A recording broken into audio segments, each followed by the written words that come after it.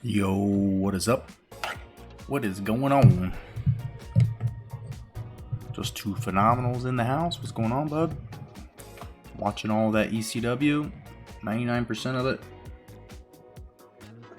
Save some surprises. There's only 1 year of the ECW on TNN in there. You can watch the rest of them on a watch along if you want, depending on how much interest we have in watching it again.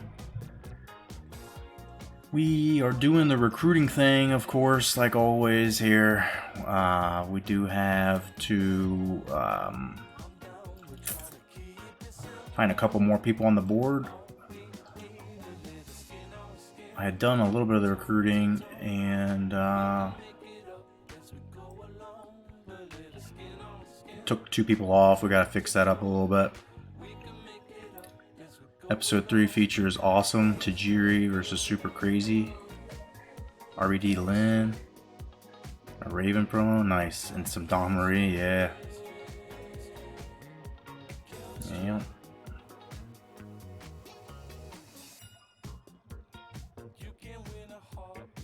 This dude's like 3,000 ahead. Are you kidding? He wants to come to school here. We just never gave him a scholarship offer.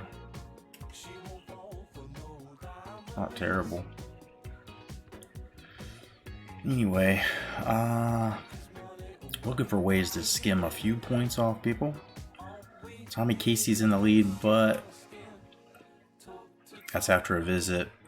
After we did some unlock stuff. I don't know if that's a legit number. I'm definitely not feeling good enough to take points off. Laylock just had the big visit, so I'm not really afraid to. I'm not willing to take points off there. Morton is not gonna lock if we don't keep the points on him, so I don't really want to take those off. Same situation with Hall. We're not giving a whole lot of points, but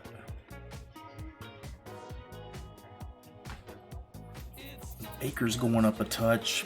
I don't really know that we have any points to change things here, so gonna try it. Upload some more ECW.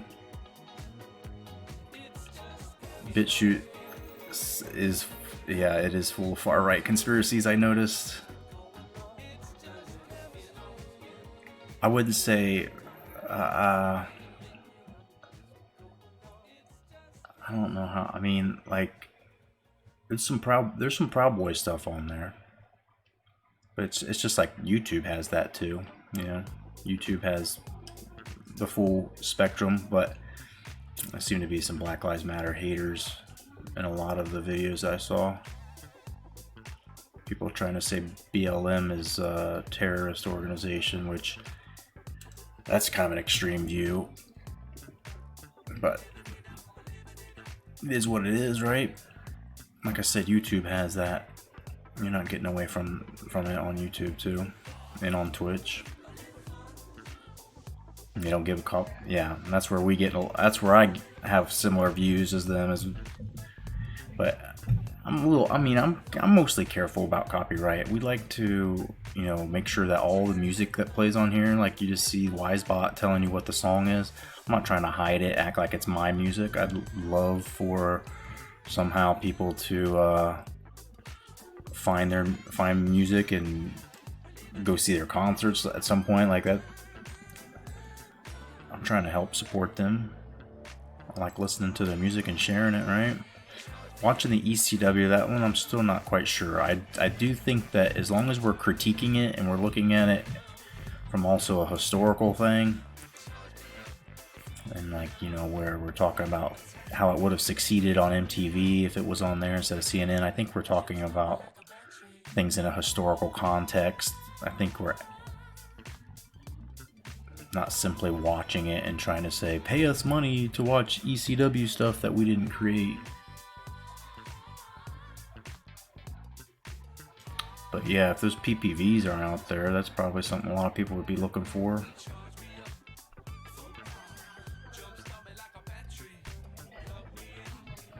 So let's see. We got 2 more guys to throw on the list.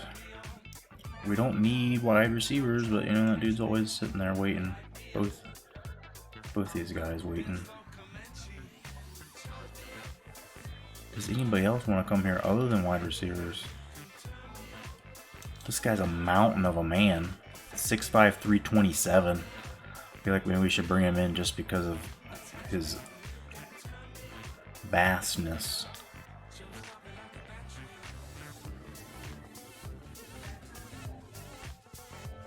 WWE Network, yeah, presenting it in official form except the music. I used to watch a lot of old Mid-South on the WWE Vault. And having Junkyard Dog come out to some weird dubbed version over top of Another One Bites the Dust. And the I don't know, it just creates a weird out of sync that takes away from the craziness. Like, people were losing their minds when he came into the arena, you know? Lose that. We might try to get Kenny Burnett just because it can start opening up a pipeline to Ohio. I don't need wide receivers in any capacity.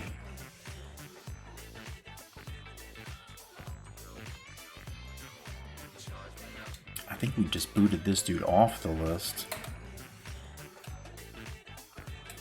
because we're too far behind. We're 850 behind. That's not that bad. Didn't scout him, I don't think. Finesse moves is pretty good. All the pitch info was good, so let's see. We'll see. Kicker. That's probably not a bad idea. Let's go look for a kicker. 2 people interested. How many points are we behind? We're behind a lot. Quite a bit.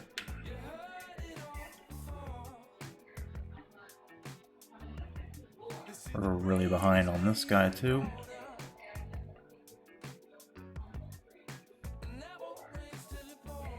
So let's find the lowest lock and see if there's a kicker we can get. Kicker we have isn't bad. We need a punter more than a kicker. We could keep our kicker and move him to punter. He's done kind of okay.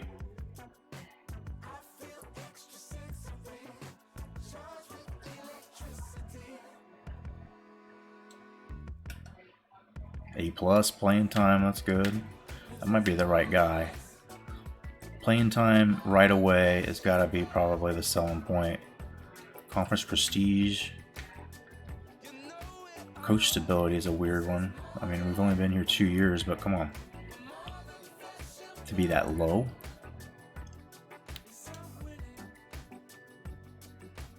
Let's see how far behind we'd be. About 500 probably.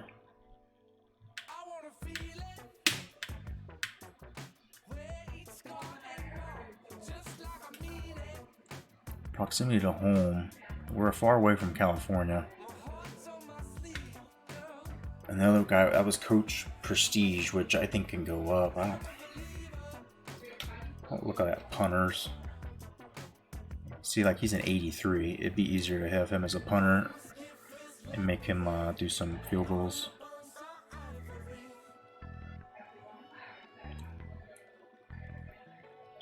Worst 3 things ever: racism, dubbing, time zones. I'm not sure. I wouldn't say time zone, but I'll agree on daylight savings. If we say that, yeah. But yeah, I mean, why do we have to have time zones? Why can't we just have a universal time? And it's like 6 a.m. in one place might be sun, 6 a.m. in another place might be dark. You know, it just, you get. What's up, ADG? Hot Rod Soup Sexy? I appreciate that. Thank you, bud. Sexy fella yourself. We're doing some cheese stuff here. We need a kicker, but we also need a punter. And I'm realizing that it's a lot easier to find punters that are like 83s, 82s, and then we can use them as kickers. The game, I mean, the game doesn't really have the nuance to know kicking power from kicking power, so. This guy doesn't like our program tradition. We wouldn't be too far back in points. We could probably still catch him. This guy's not into really what we're trying to sell. B and B on there. A, kick power. That's a punter. That's a punter. A, kick power. I don't care about accuracy on punts, really.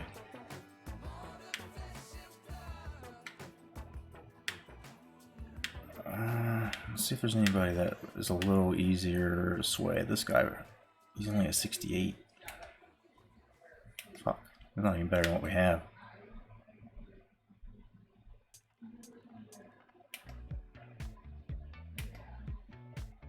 seems good. It's JUCO? No. Throw them on the board, see what happens.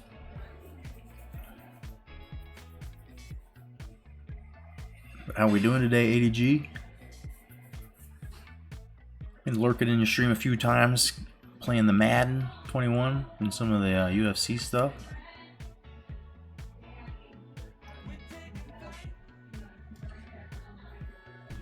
How do you like this year's Madden? Anything better than years past? Anything worse, you think? So I'm almost going to wake up at 7 and download as much ECW stuff. Could all use GMT like the base. Talking some time zones as being one of the curses of society.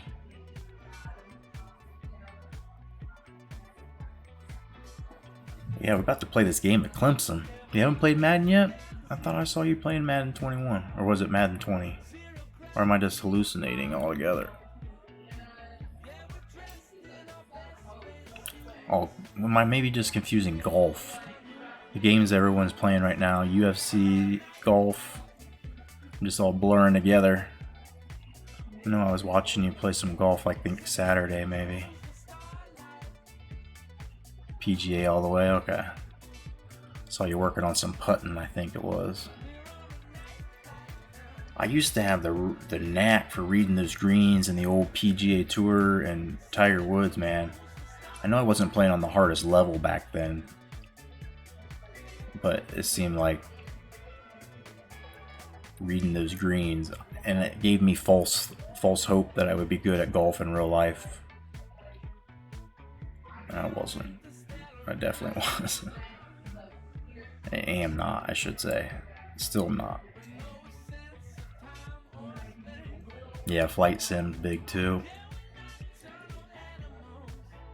Okay, so you were playing Madden, it just wasn't 21. I get crazy sometimes. I think I see things. We got a game at Clemson, which is, I think, winnable. They're only an 86 overall. But, we thought that against Mississippi State.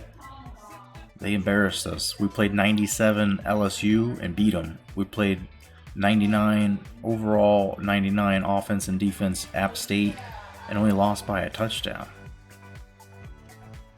And it's a little bit of slop time at the end to make it look close, but I mean, there were some very obvious turning points in that game where we could have done differently, and we will do differently once we get a few more stud players here. Still second year.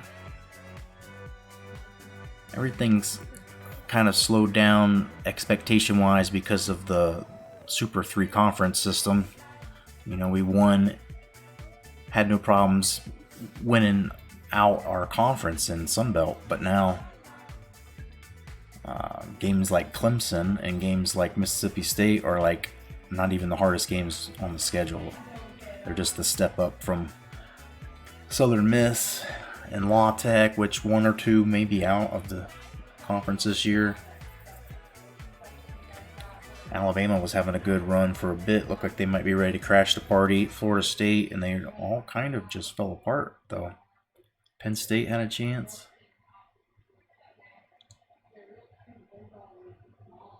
Don and Francine are the real MVPs. Francine still looks good. I don't know if I've seen her in any recent pictures. Got a defensive upgrade, is that right? Give us some freaking recruits, though. We lost Daniels, so... Alright. User unlock, hopefully. We can get him back. Curtis didn't have a super visit. Jonathan Connor did, but, running our quarterback's really not a problem. I'm not really willing to give that scholarship away right now. Most extreme stay-at-home mom. Shit. Phenomenal redeems a chug. All right, here. Got some water beside me. It's hot up here. I need some. So appreciate you redeeming them points.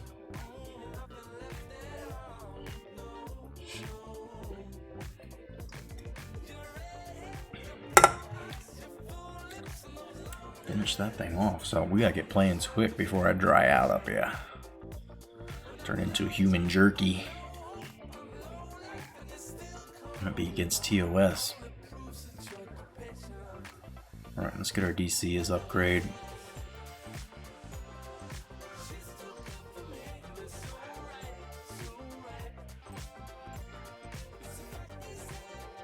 Recharge is a good one, but defensive stamina hasn't been too much of a problem. Injuries haven't been too much of a problem.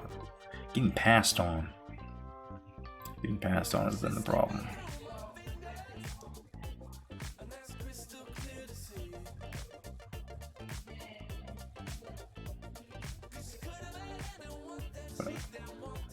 Plus 4 man coverage is huge, so let's go for that. Power supply arrive. It is in the mail. It hasn't arrived yet, but like I've said, the Xbox requires my capture card. So whenever I have the capture card for the Xbox, I can't get the camera working.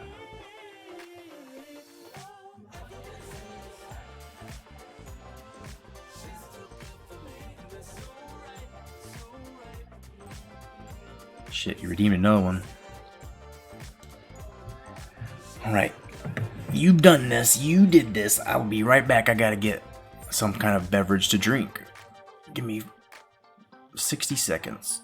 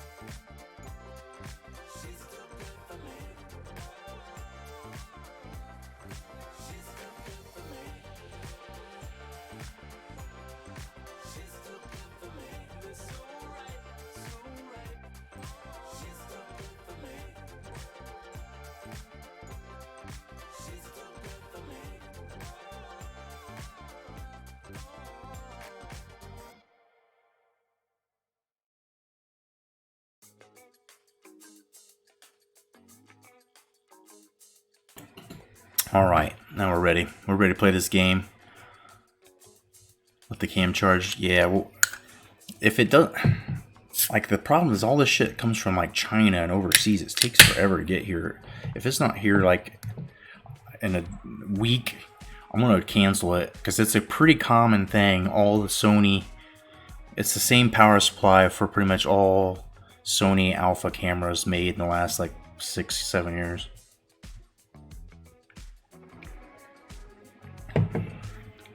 But cheers and chongs to you. Heard the can crack.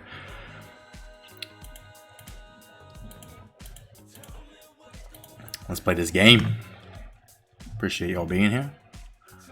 Always good chatting with you. Just too phenomenal. EDG if you're still here. Take a chug here.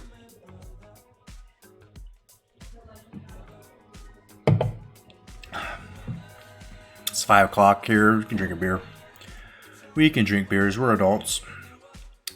Let's go check the scores real quick. See what happened in the world outside of Louisiana, Monroe.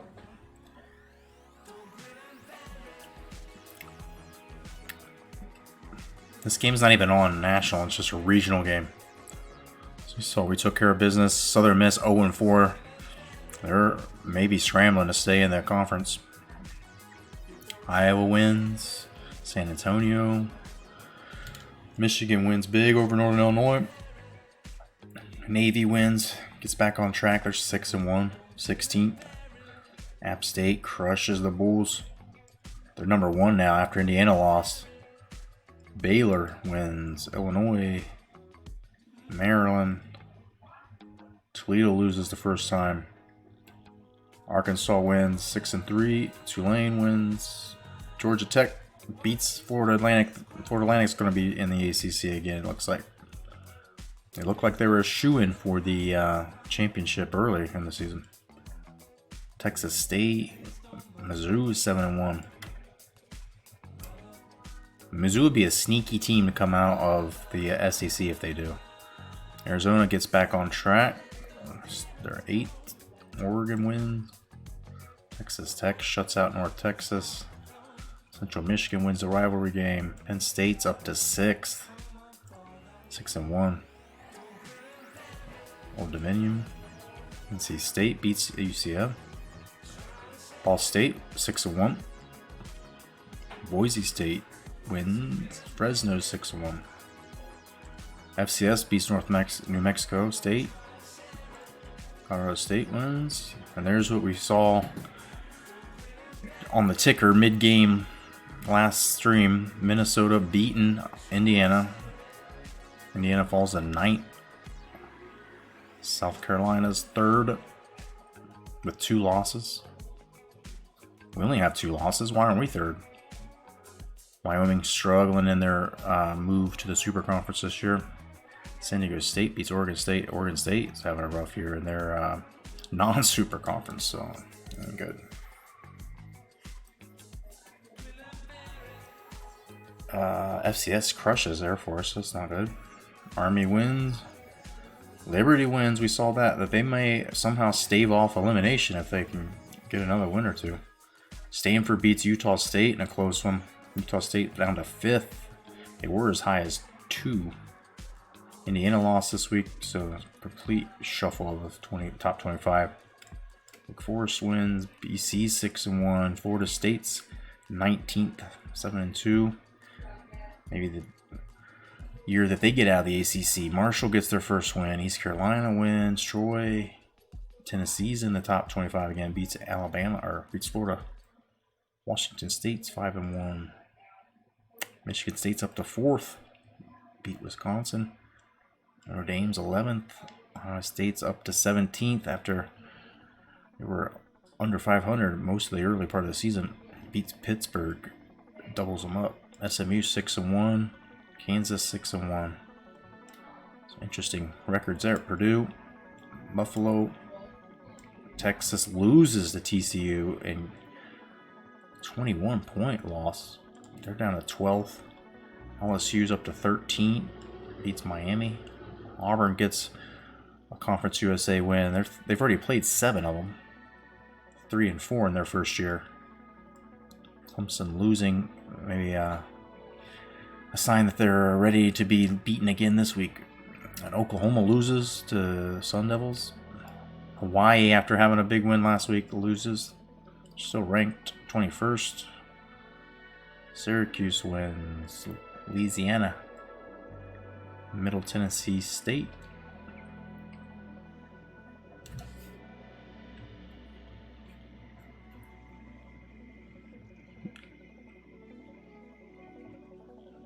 Yo, Uncultured Barbarian. Sorry, I was in a trance there with the scores. Doing pretty well. How are you doing yourself? North Texas squad. Using NCAA 11, and you're in the Big 12. Nice. Hell yeah. Good luck to you. And thank you for coming in here. Good to see it. Way BitChute gets around copyright is registering the website in Marshall Islands, only country in the world. And Marshall Islands is actually a protectorate, and aren't they American protectorate? I don't know if Marshall Islands is its own country or not. I had some good friends from Marshall Islands. One of them just recently passed away. Doug Flynn, miss you, bud. And grew up around family that was the Kabua family from the Marshall Islands. Yeah, USA Marshall Islands got some history, and it's not all good either. Fucking testing nuclear bombs. Everyone who lives in the Marshall Islands become U.S. citizens when they want under the compact. Okay, that makes sense. I didn't know that. Just these island nations. Yep. You are a man of culture. I'm telling you, dude. You know more shit than I do, and you've had less than half the time to learn it all. It's amazing.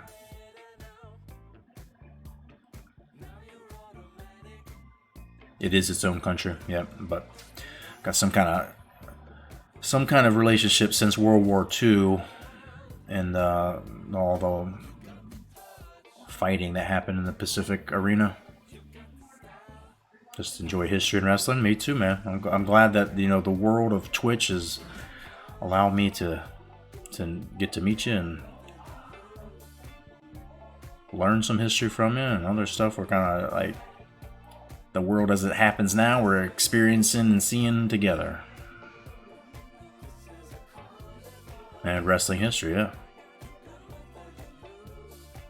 So I think we're ready to play. I don't need to mess around with anything else. Wait, we wanted to see the top 25. Help me out here. I get short-term memory loss.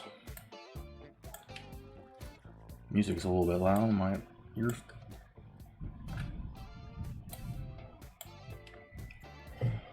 So App State back on top, even though having an early season loss. And Mississippi State, these sons of bitches, are number 2. So our 2 losses look pretty good. They're the only 2 losses we had this year, right? Why are we not ranked? Last week we had some votes. We did receive votes, it said. Why are we not ranked? Or are we ranked and I didn't realize it? Look at this, though. Number 3 and number 1. Number 4, Michigan State's got 10. Michigan, that might clean up some stuff. Stanford's got Hawaii. Arizona's got Texas. This whole top 10 is going to be a little different. Utah State's got USC, which when you're an 81 overall, Penn State, who's not even in the super conferences, they got Kent. They're probably going to win out. If they somehow break this freaking system, they might even win the Big Ten conference. They're 4-0, so they're on track to at least. But they got, I don't know. Indiana, who lost to Minnesota's got to play Nebraska, who's not terrible. They've had a terrible season. Notre Dame got a bye week. LSU versus Bama, that's not a gimme. Cincy, Tennessee, that might be another one. Like, a lot of things could happen. Northern Illinois got a random non-conference against Oregon. Sounds like right before a possible loss. They're at Oregon. Ohio State, they're on cruise control at this point. They've already lost all their early season rough schedule games. I'm pretty sure they're the worst is behind them. I could be wrong. Got Miami, Ohio, Cincy, and Cincy's 14th. They're 4-3, but they're 14th. I don't know about that. Army is better than they look. They're always tough on here. West Virginia's not bad. They could still lose, but I think they might even still somehow break the top 10. Minnesota, Florida State trying to get into the Super Conference. They are doing this in a watered-down ACC. Oklahoma just lost. They got New Mexico, who's ranked now. They might not win that. Hawaii could be knocked out of the ranks. Washington makes an appearance there. They're not great, though. Pitt is under 500. May lose a rivalry against West Virginia. Tennessee might get knocked out by Cincy. Mexico OU's low-key exciting game. We only have 85 votes still. Jeez.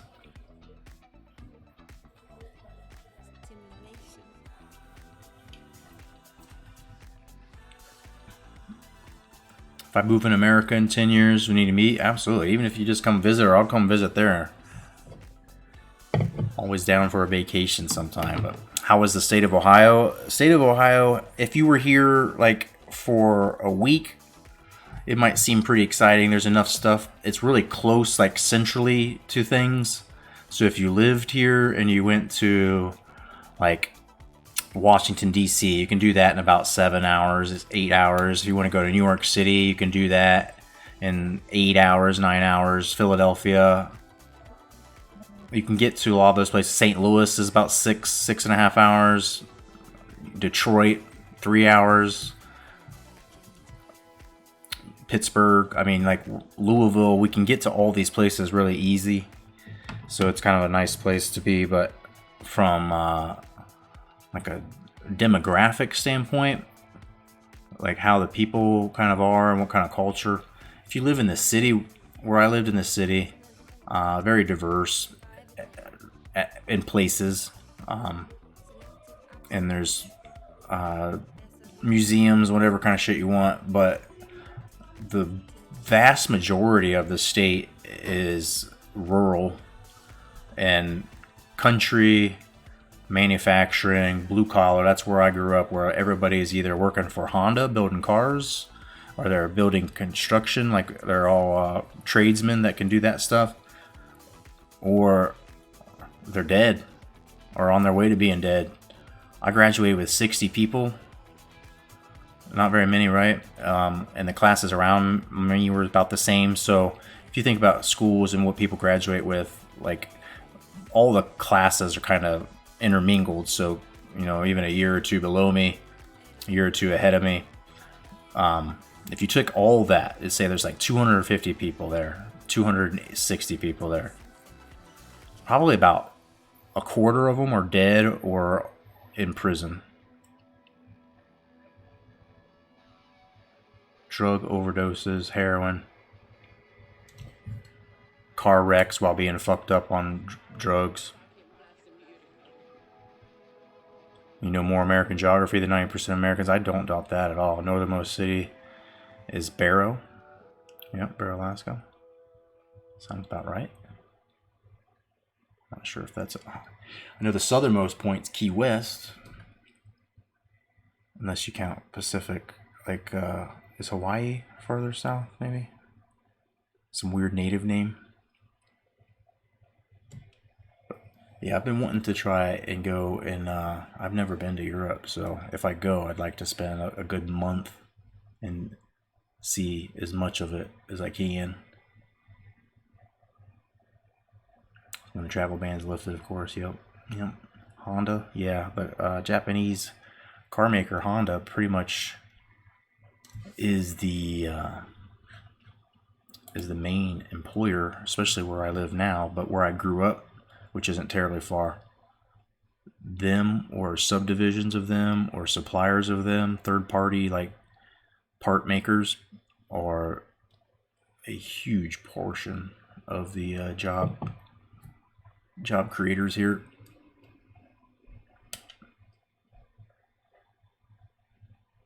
Pretty much every Honda in America, well, until recently, they started, like in the last 15 years, started to really produce more Hondas in like Canada and then South Carolina, Alabama, I think. Maybe Alabama more than South Carolina. At one point, all cars, every car that was a Honda came through Marysville, Ohio. That's their main manufacturer. Like different engines would be built. Like I know Toronto, I think somewhere around Canada, built like the engines for the Honda Passport or whatever, the bigger like SUVs. City's 100 kilometers from the nearest airport. You need to fly, yeah. Like that's kind of where I grew up. If you were to come and try to visit, you would have to fly into an airport that would be an hour and a half drive from where I grew up. Or you could fly into Dayton, which would have been a 45-minute drive. Which kilometers converted to miles, how long does it take to drive? 60 minutes probably to drive 100 kilometers. 3 to 5 hours, shit.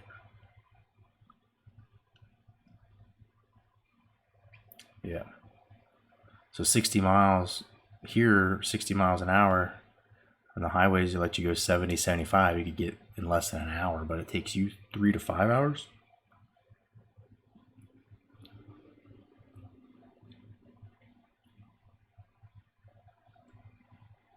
What happened to my music?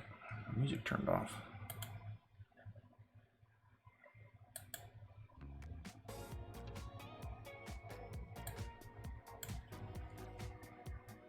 One second, please.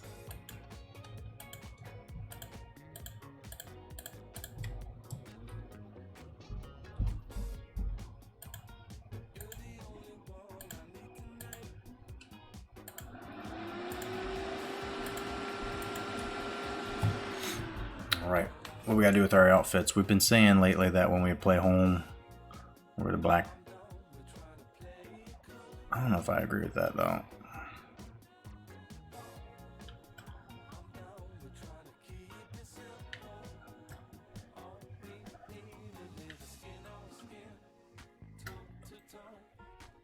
Alright, let's go. Do we want to change? I don't care what Clemson's wearing. Screw them. Could take shorter because they're starting to connect highways. Gotcha, yeah. If they don't have highways connecting, it could slow things down quite a bit.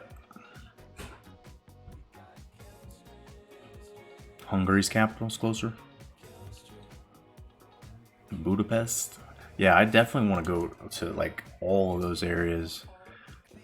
Like I've seen pictures and stuff, like, and the history of it is one thing, but then like seeing pictures and knowing that I could like ride horses into the hills and see like some ruins of old time like civilizations and shit, and just learn history the whole way. It's like, hell yeah, sign me up. Sign me up. Alright, here we go.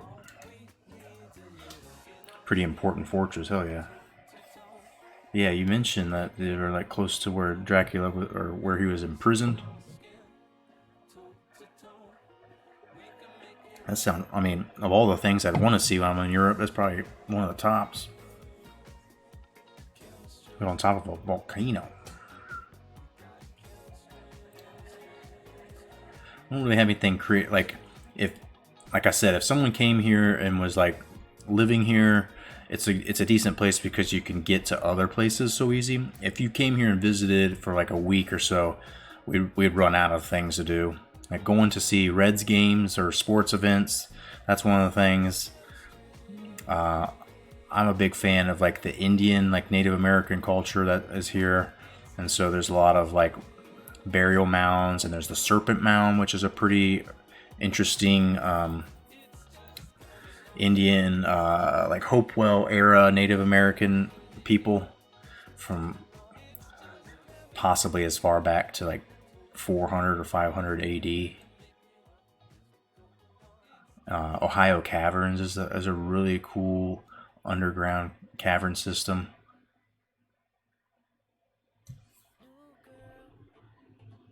Cedar Point, you want to go ride some roller coasters. Lake Erie, you could go up there for a couple days. Put-in Bay, good times. Go some fishing. Explosive deposit in the communist age. This shit exploded. Oh god. Americans killed the natives. What is that? Automod tried to censor you there. Yeah, Americans killed the natives for sure. And the natives were already really, really wiped out and weakened from the shit that was going on before the actual American, quote-unquote, founding father people came. They were already beat up from all the Spaniards and Christopher Columbus and all that. So Clemson, looking at the numbers here, defense is pretty solid. They're not giving up a lot of points. Our defense is holding up. Yards wise, we're still giving up points. Pass offense is third in the country. They're pretty balanced, so this should be a good one. I mean, this should be a challenge for sure.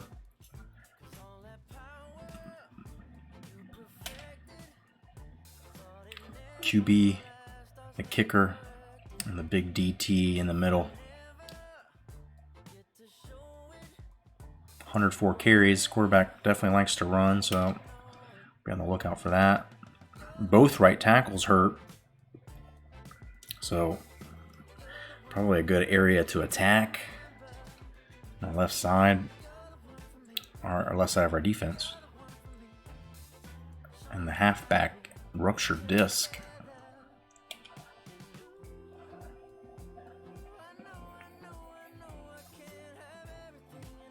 What would have happened if Leif Erikson stayed in Canada and moved south? I mean, there's theories, thought he did. And I don't know that things would be that much different, honestly, because a good amount of those areas were colonized by Norwegian people anyway. like Minnesota and Wisconsin have large populations of like Swedish and Finnish, and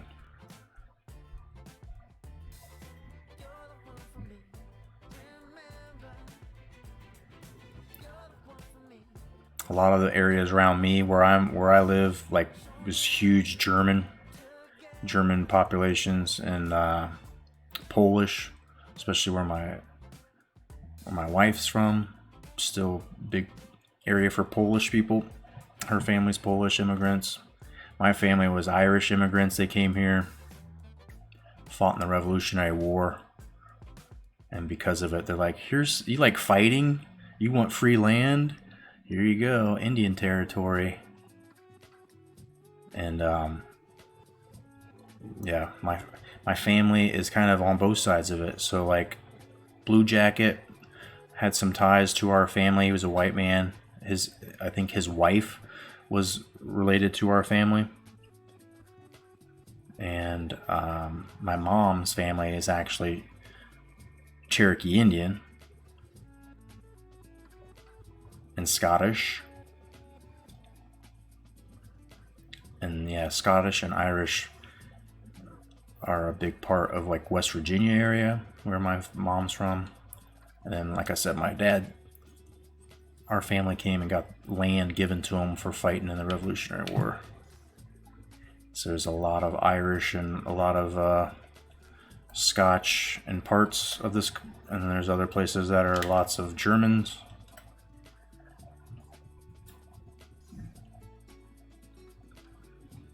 Families half Hungarian. Polish are everywhere. Yeah, Polish are everywhere because their country has been fucked over so many times, right? They've been chased out and then repatriated and chased out, taken over, conquered. Uncultured barbarian. You're part of Wisconsin? That was, yeah. Settled by Norwegians. Found remnants of a tribe. Yeah, there's like a rune stone or something. Oh shit. Clemson came out throwing the ball here. They found remnants of a tribe that was wiped out long. Yeah, and they said that they had more like fair skin too, right? Some of them looked like they might have been possibly blue-eyed or something. I think I remember reading something about that. Phenomenal lived in Denmark for 7 months. Neighbors directly above us were 2 drunk bulls. Which is interesting, like, because my wife's family, her mom and dad don't drink at all. Like maybe a margarita once, like at dinner. Her dad will drink a Corona with dinner, maybe, like if it's a celebration or something. We all know the national champions this year in football is going to be the UMass. What's going on, Dark Sage? Finishes 1-10.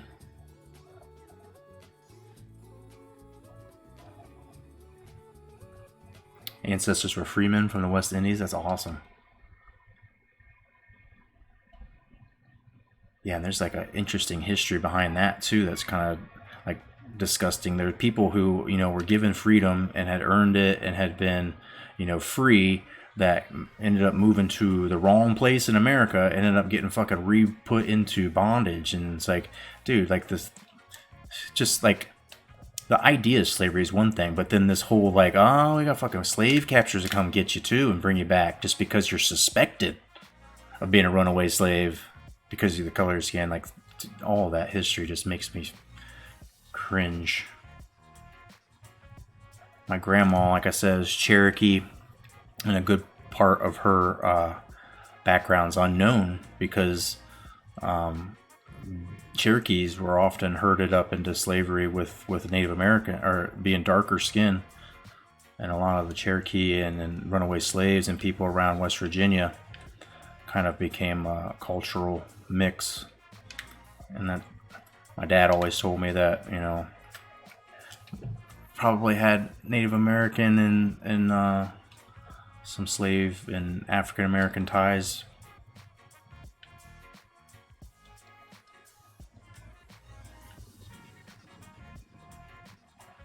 So all of us wrong. UMass is winning the national championship. Hey, I'm for at this point. If we have a football season and they win it, if we have a season, they can win it. If it guarantees us the season will happen with no glitches. I mean, I don't know what's going to happen, and I don't know what's going to happen if people try to run a spring, like with like most of the teams that aren't that good playing. I mean, I don't know what the spring league's going to look like. It's going to create all sorts of issues with eligibility and shit.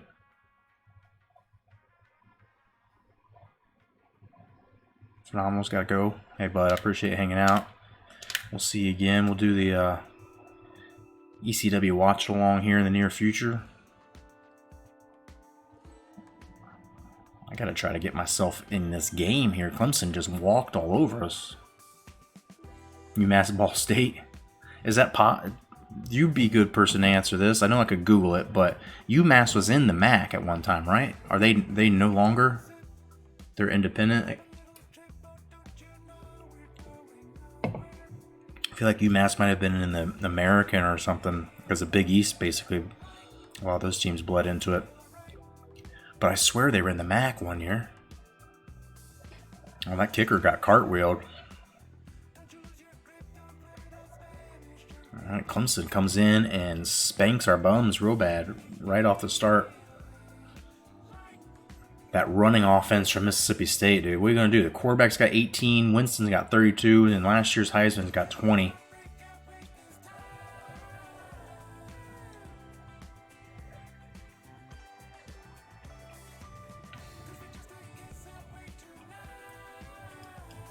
Let's go, problem. Let's go.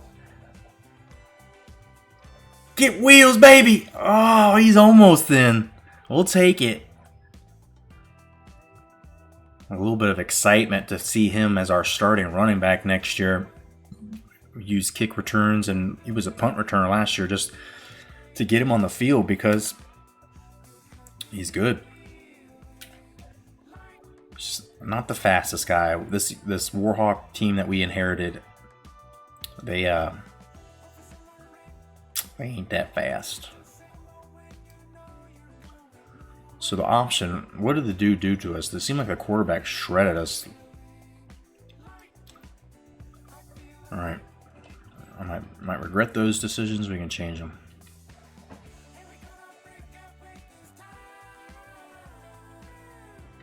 All right, here we go. From the 20, nice starting position.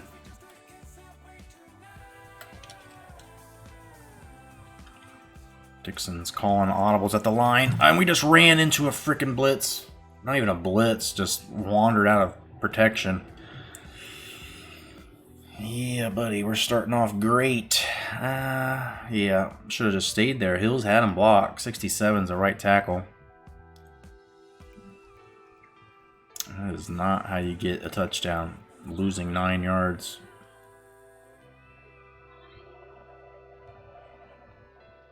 Let's try it again.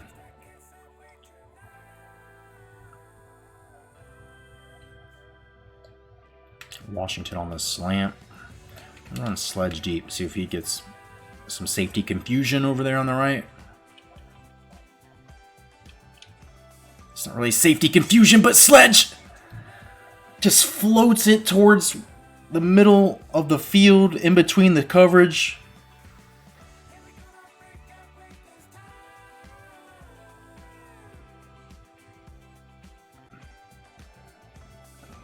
Well positioned to make the catch.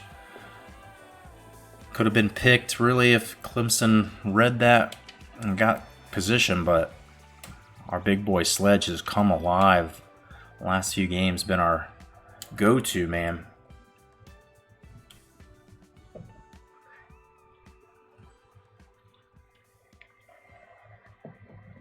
Figuring out a little something about the computer AI, and not unlike real football. If you've got 3 guys on the right, you got 3 men running routes, and there's 3 defenders. Well, if the safety chooses wrong and doubles one of those dudes, somebody's wide open, right?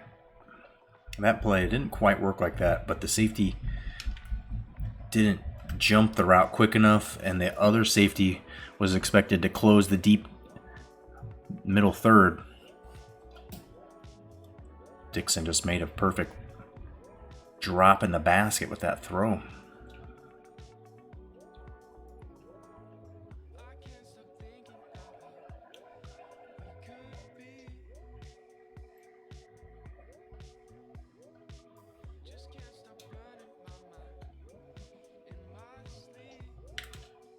Hey, fuck, dude. Can't tackle him.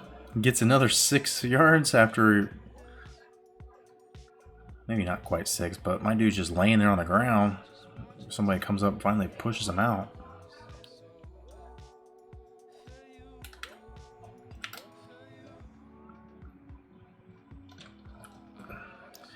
They're just killing us with these crosses and these crossing routes, getting our middle backers in coverage.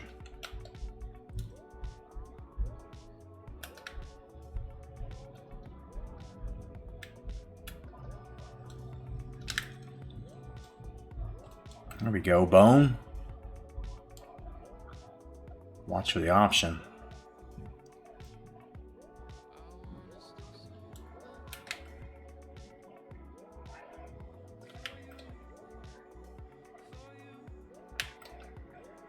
There it is. We called the commit, you know, run up the middle, and they still find it. Find it real easy.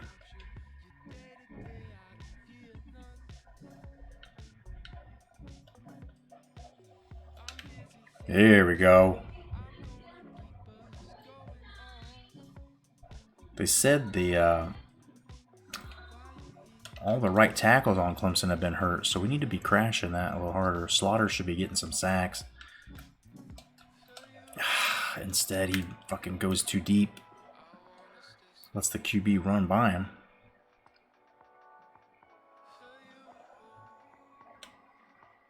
Blows the contain, and it's 3rd and 6, though.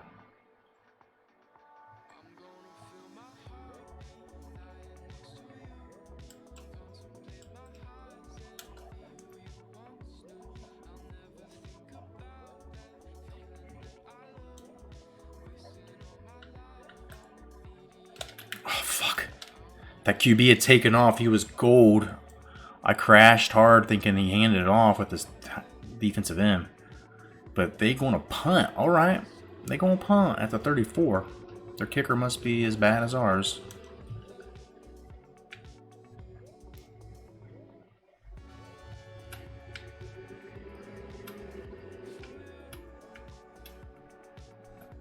Ain't no kick and return that. What? Why are they doing that? Game AI has no sense of inside the 20 at all. So all tied up. Here we go.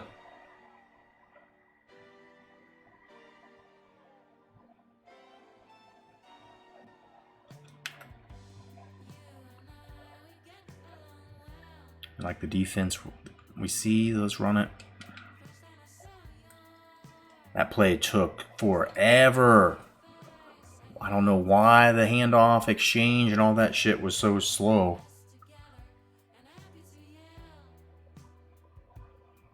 Could have been a draw, I guess. I don't know. I audibled into it. I don't know what that was.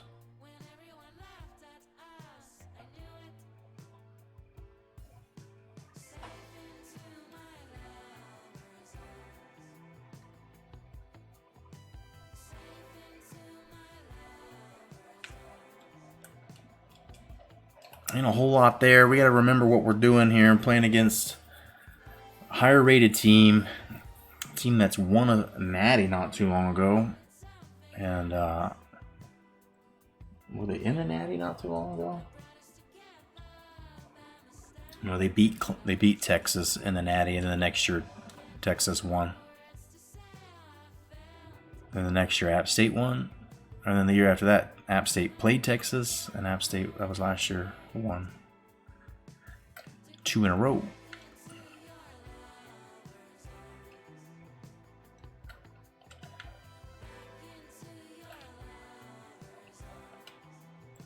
Oh man, that was a bad throw. The back linebacker or whatever that guy was dropped in coverage. I think we got to punt it. Dropped in coverage and the ball went right at him instead of any finesse over, around, under.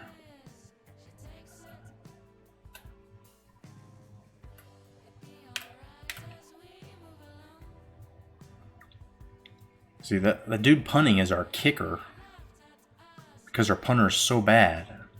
So I'm going to recruit a punter, and he's going to be, if he's respectable at all, the one that we just recruited. If he is any good at all, he'll be the punter, but also probably the field goal kicker. But I think this guy's okay as a punter. So I really need a field goal kicker. Oh my. Defense is just fucking getting burned everywhere, every way.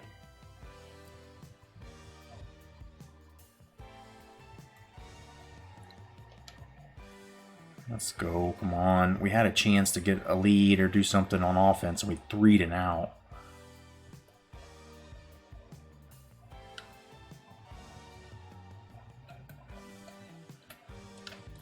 Dude, how are they just fucking perfectly open in the middle of 3? There's just like a swarm of guys. He drops the ball right perfectly in there.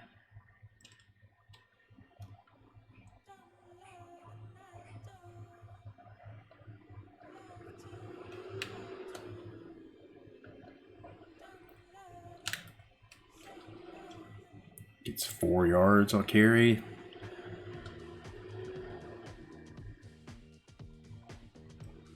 On the no huddle. Every team running the no huddle on this thing is just like a little bit obnoxious. A little obnoxious. I don't know if this is like the climate of the times because Chip Kelly was so cool and everybody was running, trying to maximize offensive plays.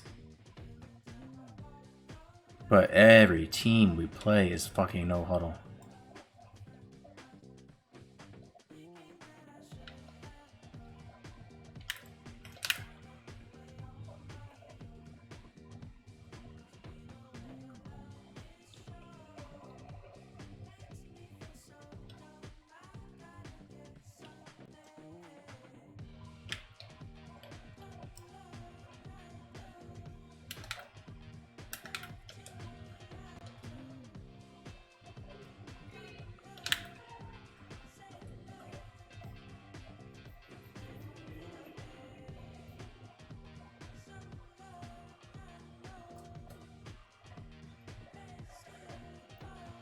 Doing nothing to try to be unpredictable. Fucking Clemson just kept running at us.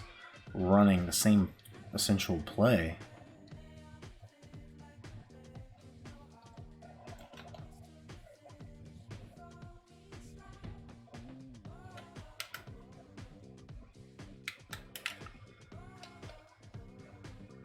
Big screen passes just, I don't usually see them incompleted.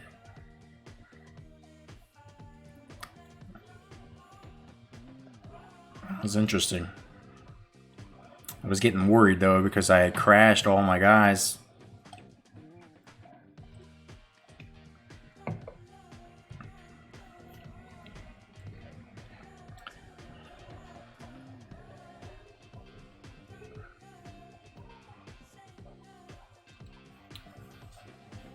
Mississippi State starting to roll against Southern Miss. Number 1, number 3, App State, South Carolina.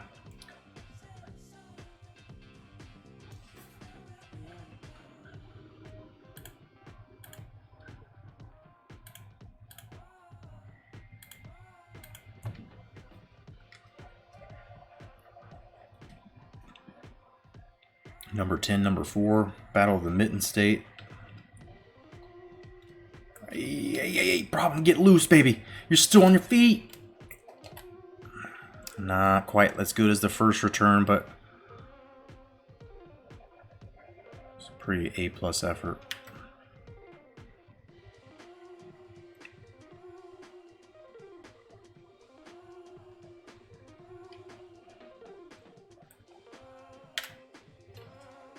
Prince again with Washington's downfield blocking.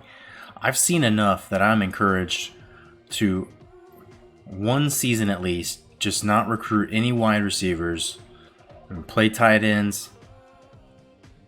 Or I just need to get one set, like a shotgun set like this, where everybody on the field as a receiver is a tight end. or a fullback. That doesn't seem too impossible. And we could just run out of this shit all day.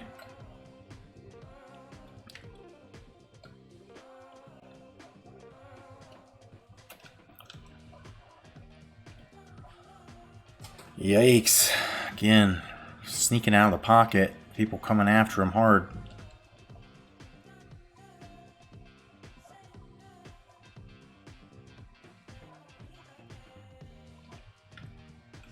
Alright, they're going to give this. We got this situation over here again. Alright, sledge deep. There you go.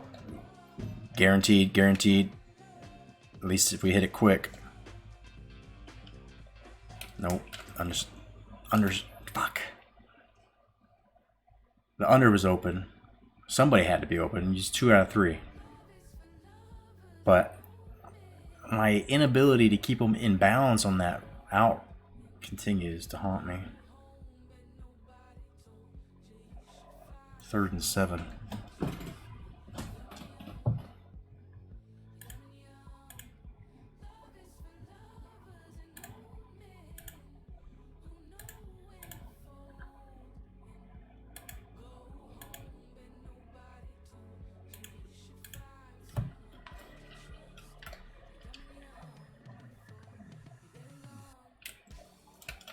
Damn it, dude. Dixon is really fucking struggling.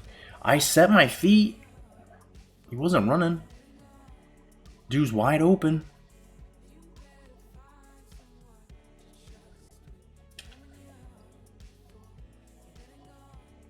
It's terrible. Terrible way to turn over the ball. Or at least not turn over the ball, but fail to get the first and keep the drive going.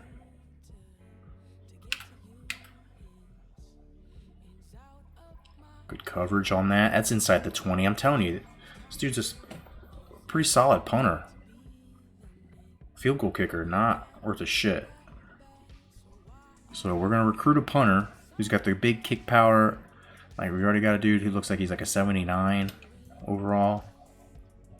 And we'll make him a kicker, and we'll make this dude a full-time punter, because before he leaves, he will be an All-American.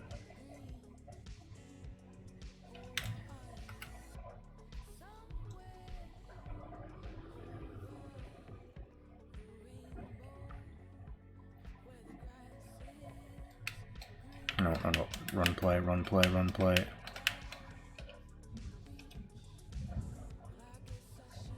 Nope, not a run play. Why don't they ever go out of bounds on those fucking plays? They do, I know, a lot. Not when I need them to.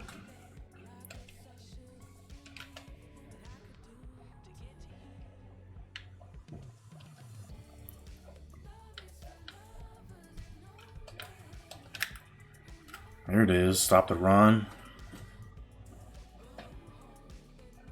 Watch for a shotgun pass.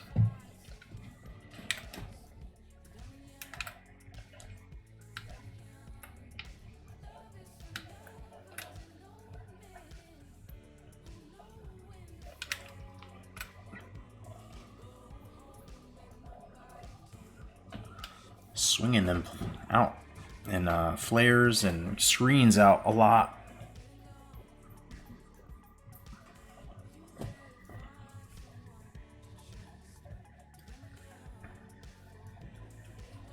One touchdown that looks so easy.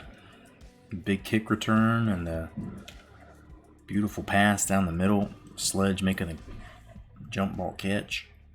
It has not been like that since. Offense has moved none. Screen, screen, screen! Bone, fuck! I can only tell him to dive. I can't really make him dive where I need him to. He just gives up the first down by diving right in front of him.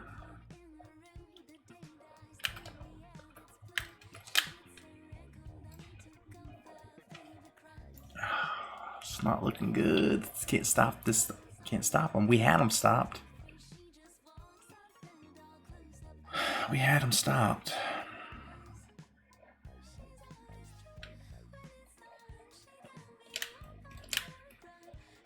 Fumble! Are you kidding me? Bone picks it up.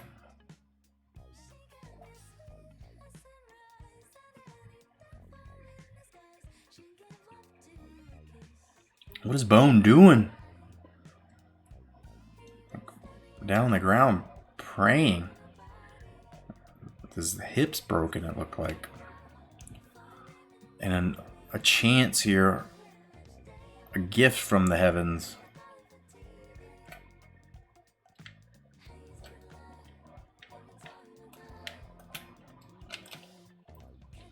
That time Dixon's able to keep his feet still and stays poised in the pocket to find Prince running the angle. Plenty of time here in the second quarter, get some points. No reason to try to drain the clock here either.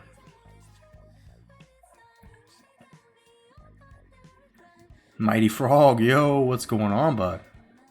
How have you been?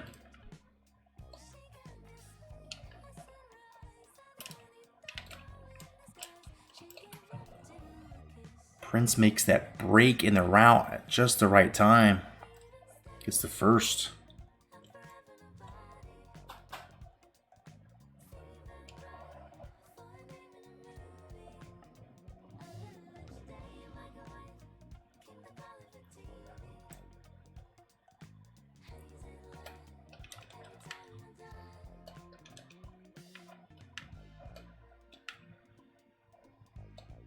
Alright, we got some hot routes on here, see what happens. No, no, no, no, no! I keep running right into coverage where the dude, he was open. If I had gotten it to him quick, or if he tried to come up for it. Push the button, let it rip. That was not what we wanted.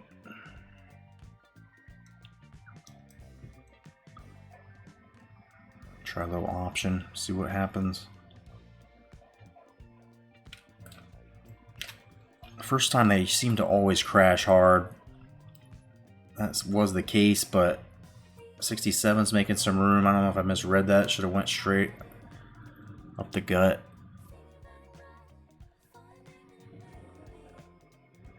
Third and 8.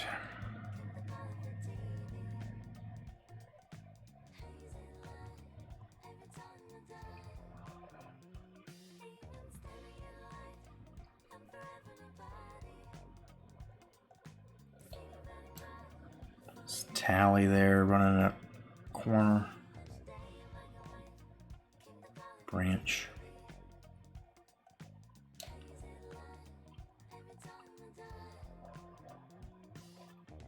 Nothing open, dude. There's nothing there. As soon as I threw it, I'm like, this is the best I have, I guess.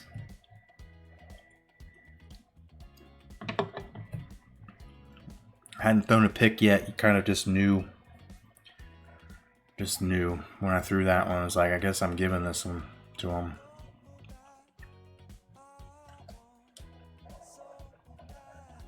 Terrible.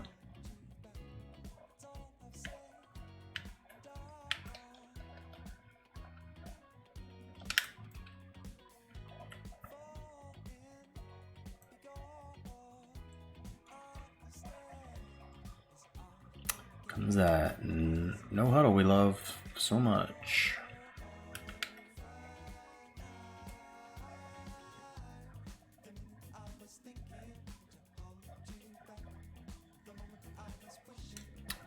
Doesn't like what he sees and chucks it.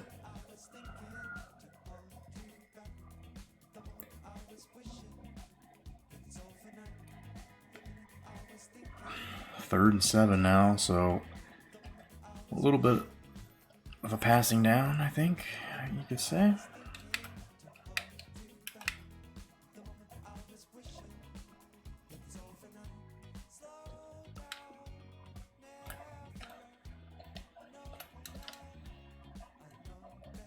Cut him down short.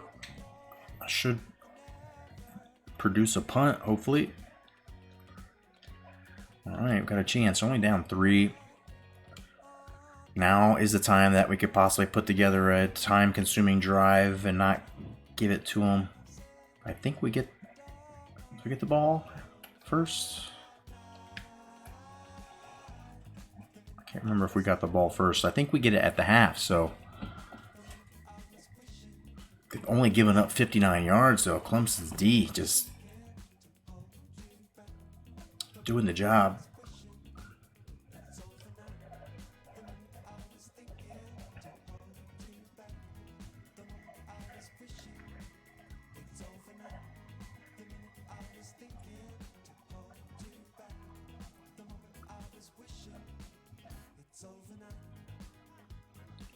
Ah, shit. I don't like what I see on defense, but here we go. Throw it, bro. God damn it, I'm trying to throw it away.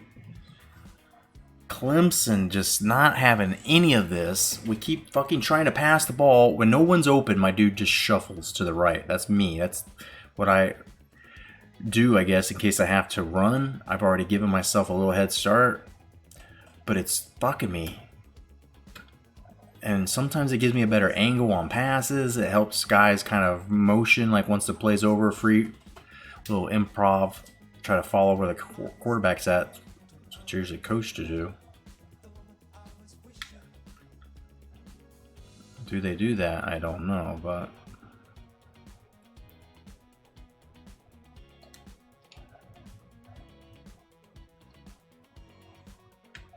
I'm surprised that's not a pick. Branch, you are supposed to go down the sideline. That play, that pass, like air it out. He had time to set his feet. I'm waiting for Branch to get off the line. He's getting chucked. And I try to put a little anticipation on it, and he throws that like it was a slant route. Not helpful.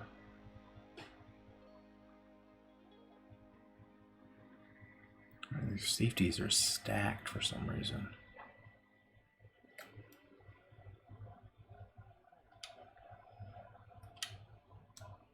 That's terrible. What the fuck am I doing? No one's open, and so I'm just smashing buttons here. Like, there's no chance he's gonna get that. And he's the worst rated, like, fucking player on the field. The worst rated wide receiver.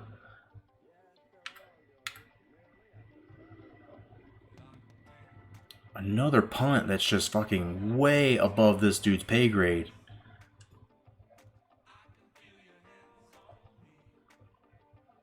We're struggling, dude. The offense is just fucking trash. I need to run the ball. That was working earlier. Kinda, of all the things we've done. The one pass we had for a touchdown and a couple of running plays were positive, so take note, bitch. Let's go. Oliver can't make a fucking tackle in the open field. He's going to get bitched for a couple yards. Let's go. Let's go, defense. Show up.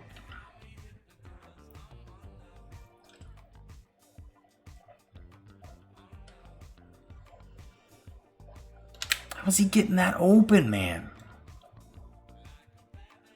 How? How?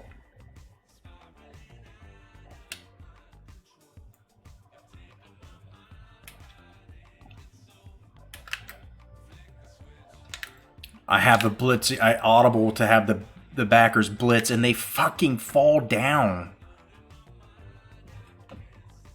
Dude just got freaking accordioned.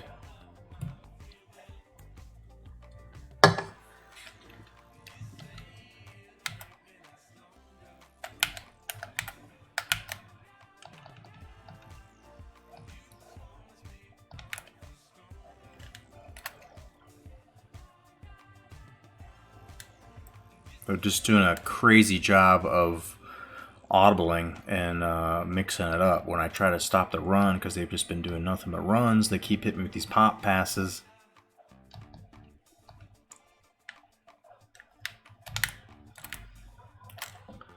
Reynolds says, nah, not that time. Our big boy is going to be in the middle for quite a few years. 3rd and 3, come on.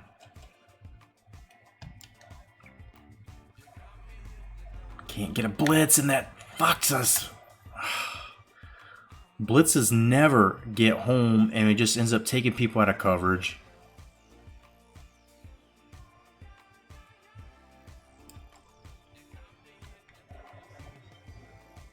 This number disparity in total yards. Oof, that's a recipe for a loss. It doesn't see that we had a 80-yard kick return. But even if you add that, they're still up 100, 150. Not surprising that they're about to go up another 3 or 6 points.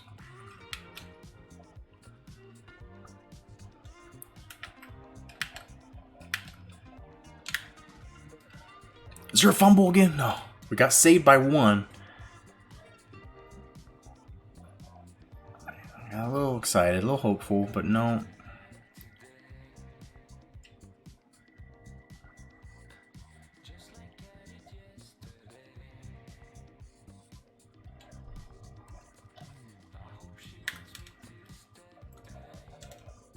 Not a whole lot there.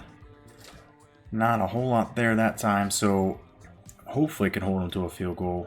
Keep this a 1-possession game. They're starting to burn out the clock on us, though. 10 yards, come on. Our defense is just not ready. Conference USA is not the place to try to get your defense to over excel when they're number 81 rating or whatever. Yeah, fuck this. I had no chance. We had no fucking chance.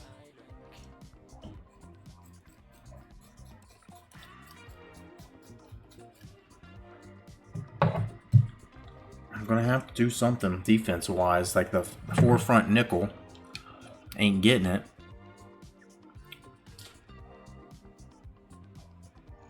On a 4-4 maybe?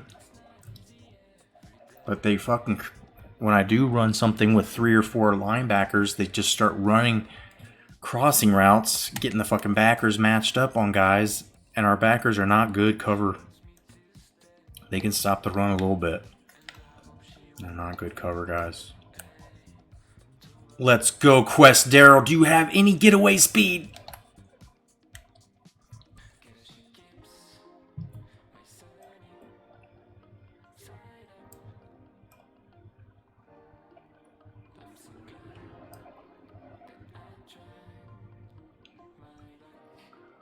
Pretty good return to give us a chance to cut this lead here before the end of the half.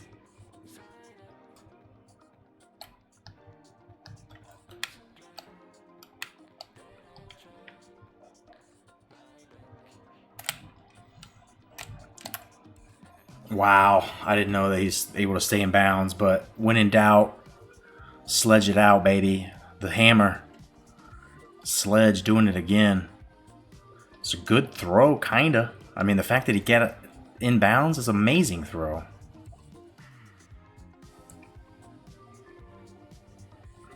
But it didn't have to be that close if it was better executed.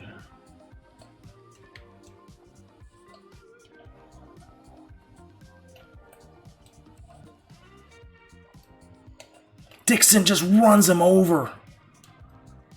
First down.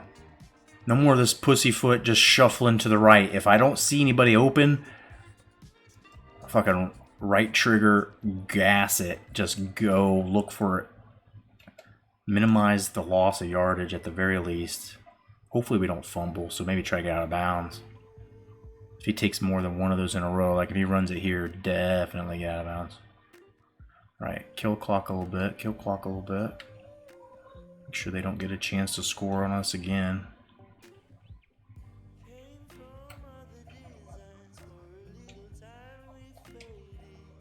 Floats it and it gets picked. And he gets a fucking return. We could have had him trapped on the 1. Nothing working out there. That is shit. Was it a great idea? I don't know. Probably not. But the dude, the ball was catchable and then it was batted. And then none of my dudes tried to catch the deflection and we lose another possession. And we're fucked. They're probably going to score here.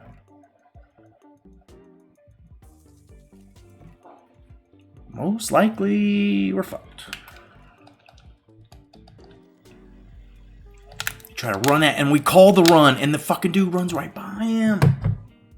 I'm taking my hands off the controls for the defense. It's out of my hands at this point. Pick a play, computer. I'm chill. I'm chill. We're cooling. We're just gonna cool until the end of this drive. It looks like they're gonna be stupid enough to run clock and not get another possession. Another touchdown, possibly, I guess is what I'm trying to say. Coach Dickey running for the nerve meds. The nerve tonic, as Mr. Wilson used to have on Dennis the Menace. He's had enough with these kids.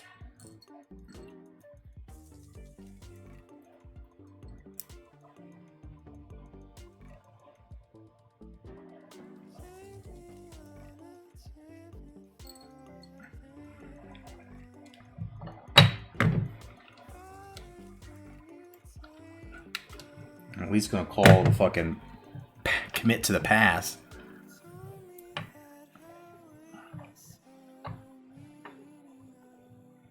There we go.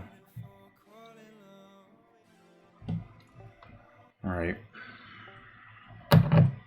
Seem to need my help a little bit.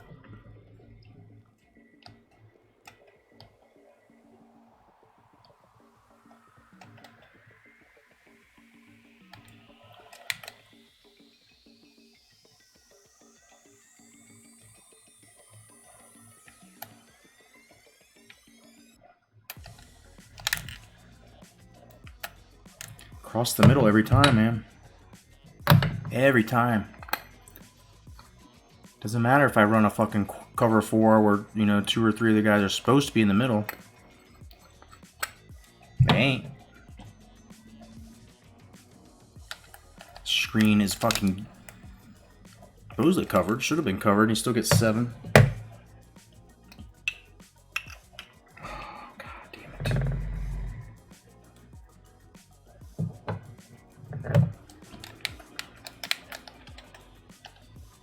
Screen again. Reynolds gets him. Fuck yes.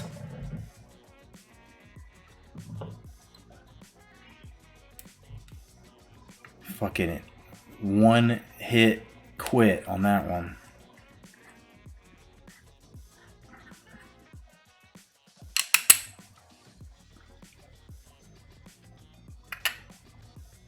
Doesn't do anything, dude. Alright, we got one more stop. I want the defense call by the computer. I think it's a pass.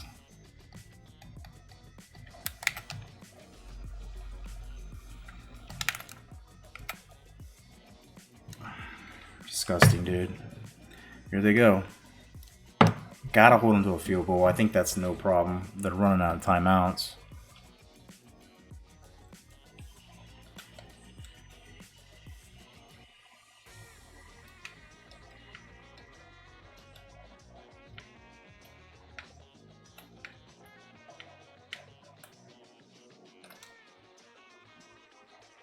Out of bounds? No. No, of course not. Fuck.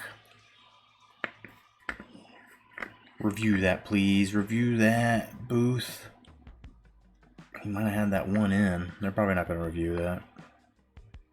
They'll review it when it's clearly in, but not this one when it looks like he might have been out.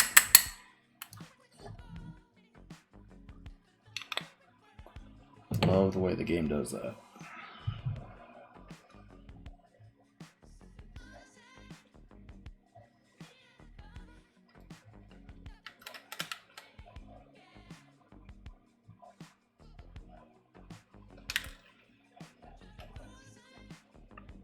They're just settling for a field goal, it looks like, running the ball.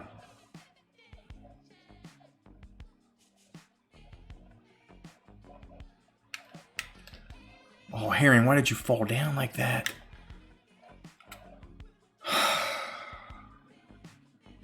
Shit.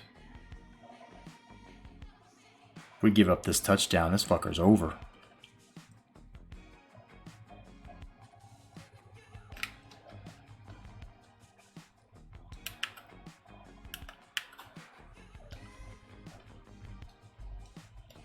Nobody covers the halfback out of the backfield, and we are in a real big deficit. Fuck. Fuck. Not good, kids. It's getting real hot up here as well.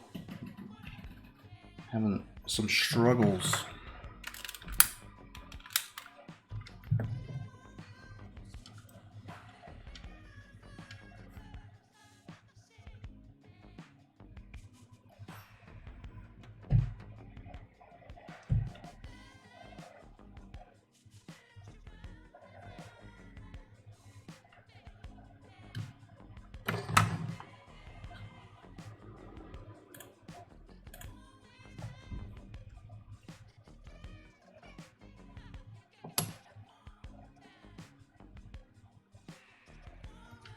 $20 seconds, man. Field goal. Can we do it?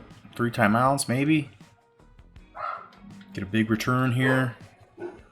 Just take it to the house, why don't you? He's still on his feet, but just kills 5 seconds.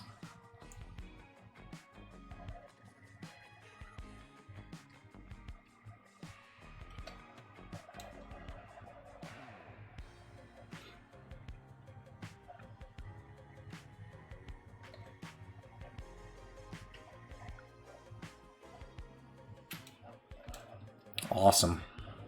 More of the same.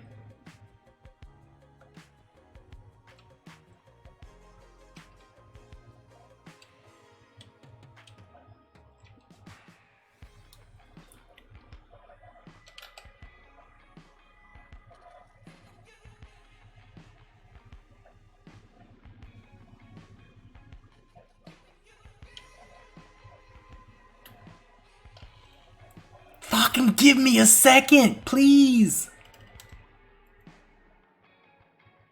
If I run one more play, we might get a fucking safety.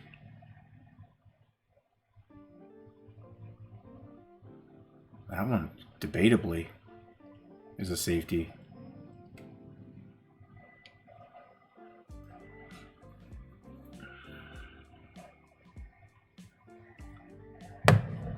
Absolute disgusting display at the fucking offense ineptitude.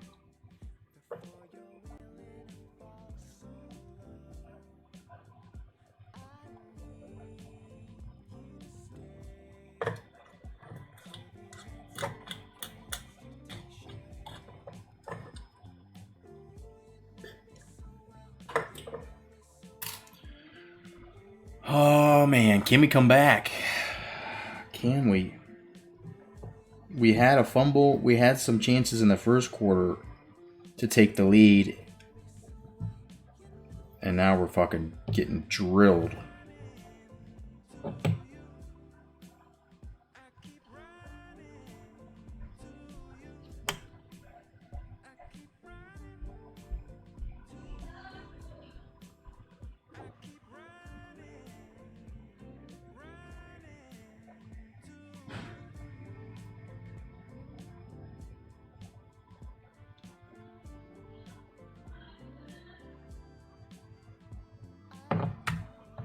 I really hope we get the ball to start the second half. We do, thank God.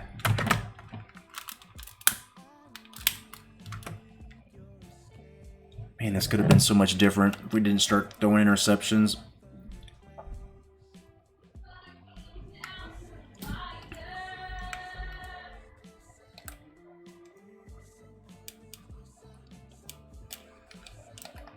Kick returns are there today. They have not been all year.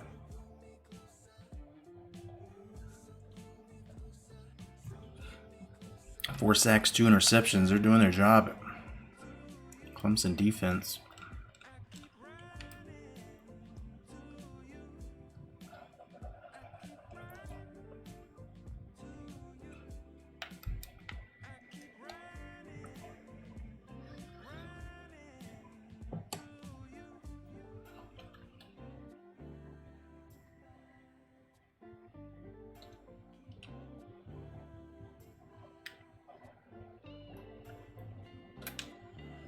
Again, dude, I'm trying to throw the ball. Please. Fucking stop taking sacks. This dude's got 4.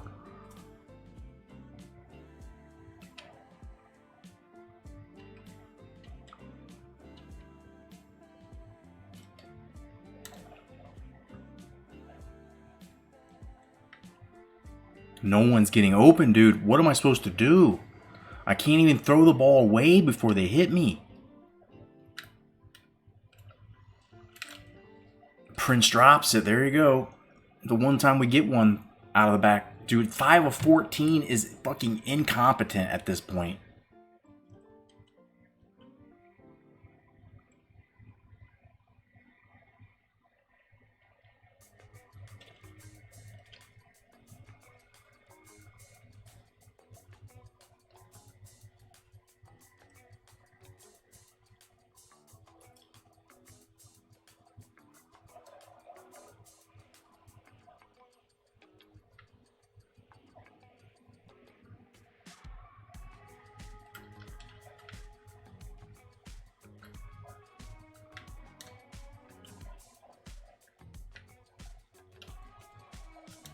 Get it there, Baldwin! Lane had to turn around for it. If that's Dixon, does that go for 6? If that's Dixon, I don't know. He probably would have fucking got sacked. I just don't understand it. I don't understand what was going on with him, but that's a huge play. Something turning around here. We do need to score a little bit quick. We can't just grind them out like we love to do.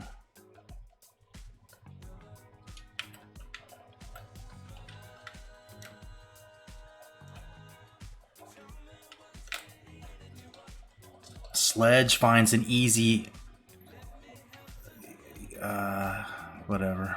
Found the catch. Got a first down. Sledge, you gonna get this one too? You can get this one too? No. No!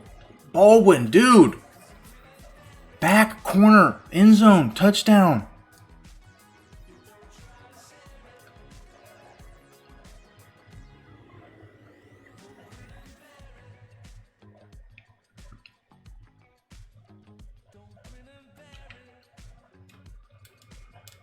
Push the offensive line, get only 420, baby, you know it. Only 4 rushes today.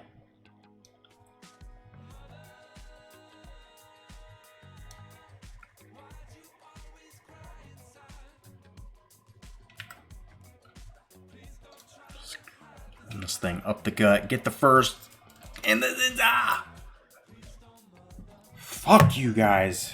Clemson ain't that good. Our defense can't stop them, but our offense should be able to roll. Dixon gets benched and we're in. I see Utah State pounding USC. Maybe they are better than an 81.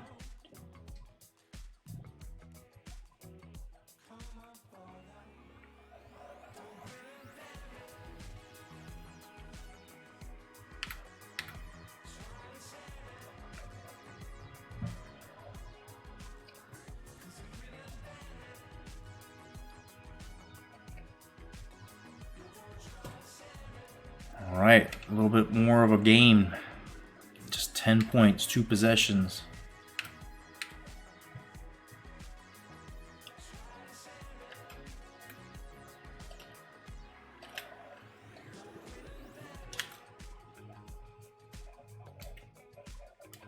Turnover. Gotta get a turnover. Got to get a turnover. We can't rely on the defensive stopping it. They'll maybe go for it, depending on what part of the field they are. Clemson having their way with us. They were having their way with us on one of the drives when they fumbled. One drive we actually stopped them. Other than that, it's been points each time down.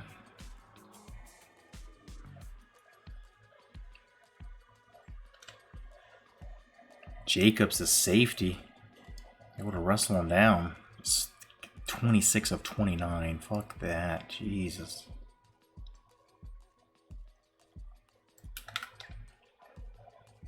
Broken play or something?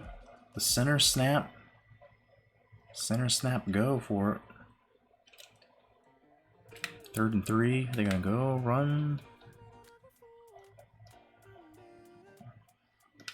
Read option, and we stopped it! We stopped it! Herring! Able to out muscle him, pushes him down. 2-yard loss, and that should be the stop we needed. My God. The way this game varies from one fucking down to the other. Like, all of a sudden now our defense does what, you know, we've been trying to do all game. And it's all of a sudden they're good at it. We'll take whatever we get at this point. We need all the help we can get. Dixon's been benched.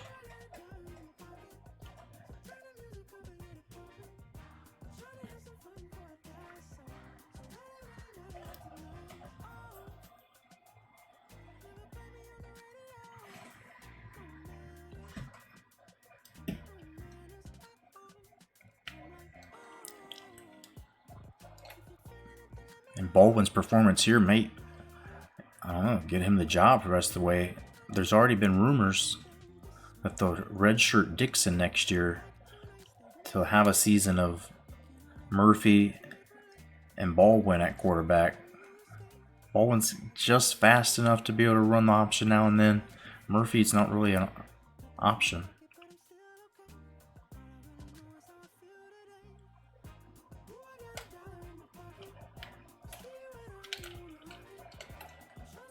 Just take what Sledge can get. 7. He's solidified himself as the go-to. Been pretty reliable. And we're not throwing it to Washington, the normal tight end, who probably maybe be the starting tight end next year, but could stay at wide out.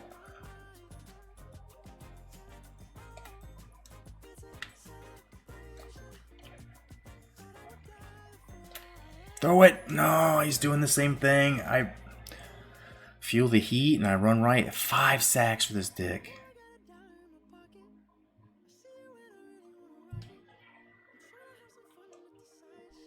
Come on.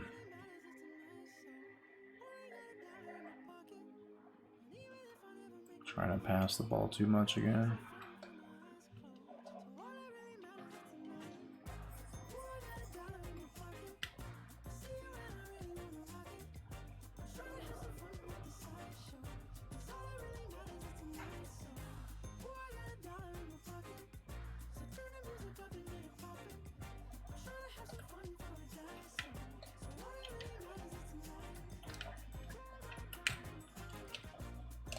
There you go, Baldwin.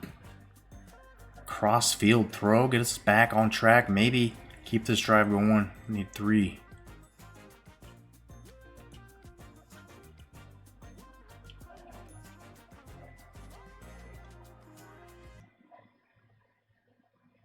Not a bad set to run against. We just need 3.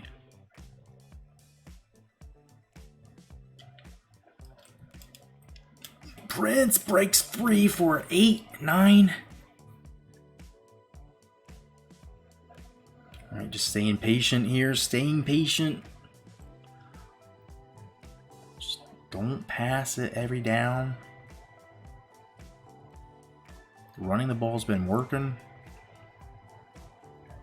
Keep them guessing. Cut this to a 1-possession game.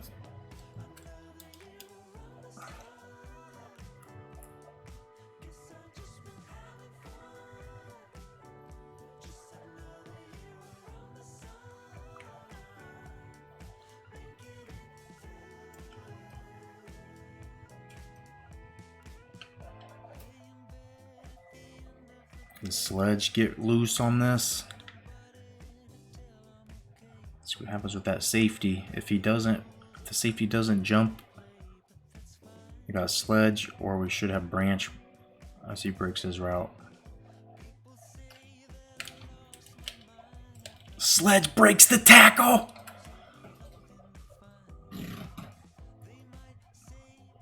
Mighta could have made it all the way, but you saw Baldwin took a hit almost immediately. Washington again downfield, just annihilating the blocks.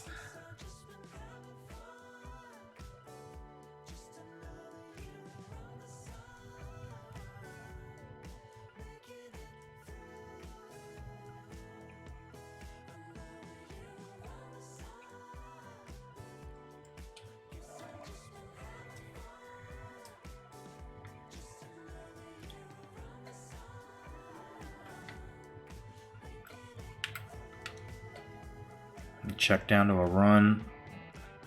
Go left. We got the manpower. And the blitz. Not blitz, but the pulling guard gets a 7. That was a guard.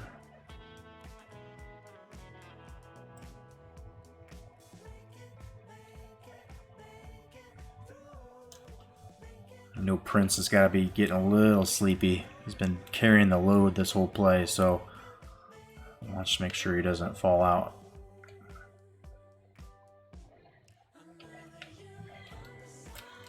Almost the first inches.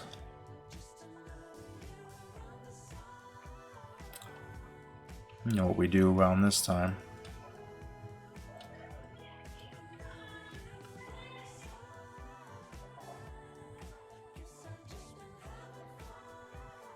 Schultz versus Clemson. Let's see, we got our best guard. Go. And Schultz got it? No? Yes? I thought he might get the touchdown too, but this man in short yardage has an extremely high success rate. Well, Baldwin gets the tutty for his hard work and turning this game around possibly. First and goal.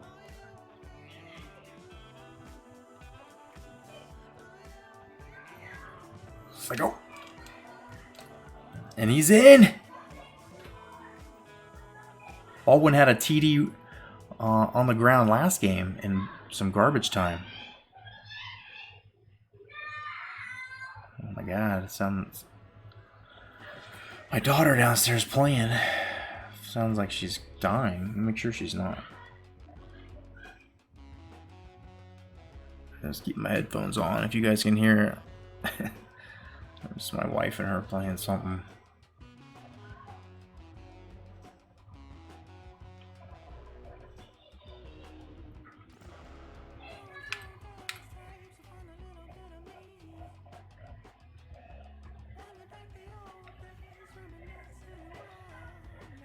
Indiana not out of the woods with Nebraska.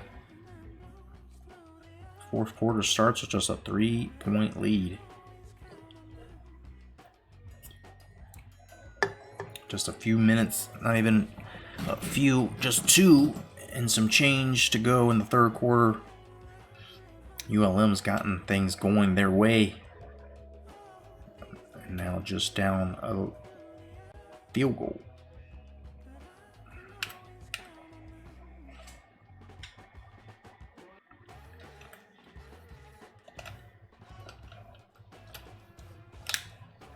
There we go. Finally, special team stops him from getting a nice starting position, but it's still not a bad one. 25 to 25.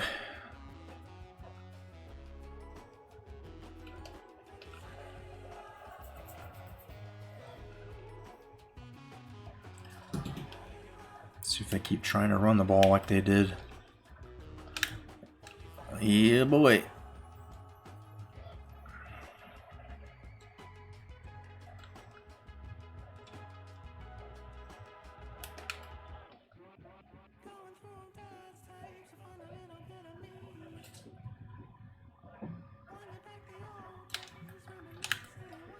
Get it there, Bone. He's able to stop it. We'll take it. 4 yards on that one. All right. Looking to pass. Gotta be expecting a pass. Watch the screen. Watch the screen. Harrison's out there. Are we able to stop him again? The quarterback has thrown 27 of 30, but we stop him short. Clemson, come on, baby. Give it to me.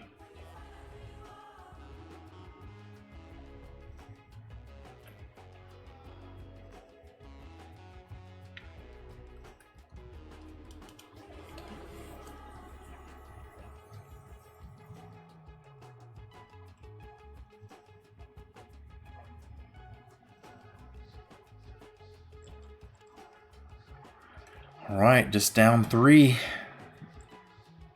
didn't take long either. Get the ball back.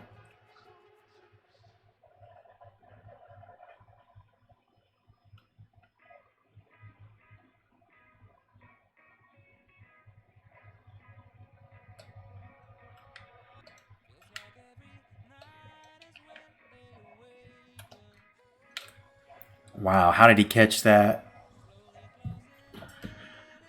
It's not where I wanted to throw that ball. I tried to send him upfield with it, and he just catches it. Washington pulling off the unthinkable sometimes.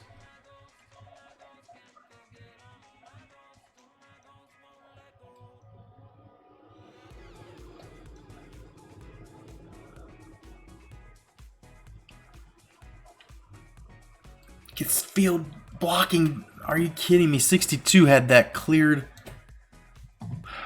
Couldn't make the read and get around him fast enough.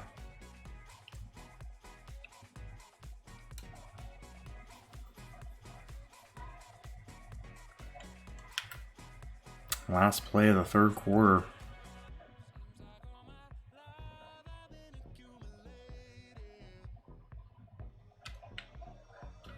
And again, a huge hole. 7 yards every time. We'll take it. Baldwin has come in and lit a fire here.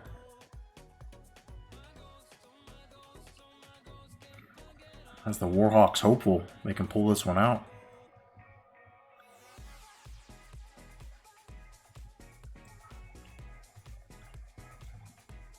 We start the fourth quarter. Take your supplements. Take your supplements now.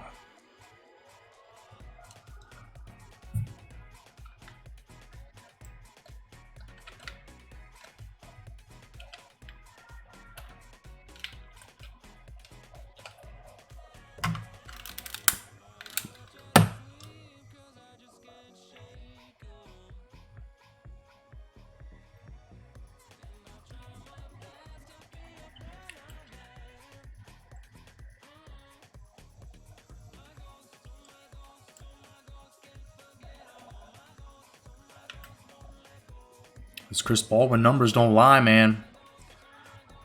He's the man that should be in there at this point.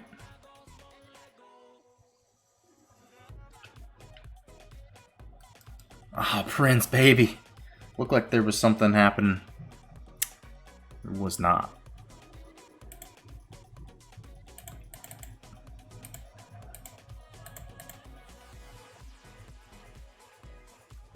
These boys, a little something in their water bottles over there, get them strengthened up.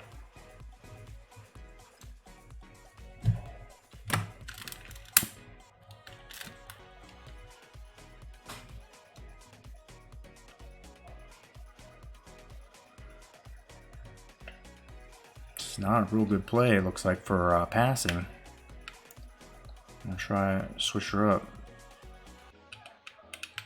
Check down into a running play. Prince, get something, baby. A little traffic. A little bit of traffic back there in the backfield. And not a huge run. 3rd and 8. We're in field goal range, though. Even for our bad kicker, I think.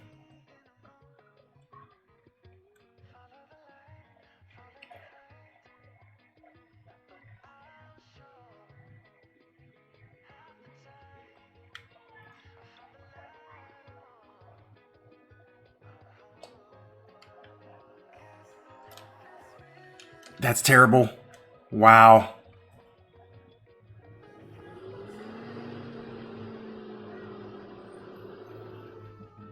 They don't have the trust in our kicker, so I guess we're going for it. That was a terrible pass. It looked like I could get it to him if he would send it to the back of the end zone. Tally might be able to run under it. That's not where the ball was put.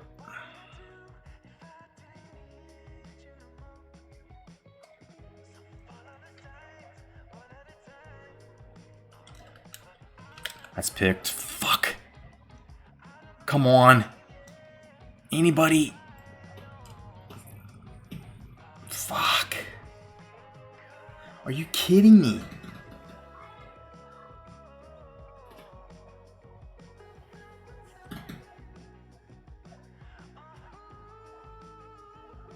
Bad throw.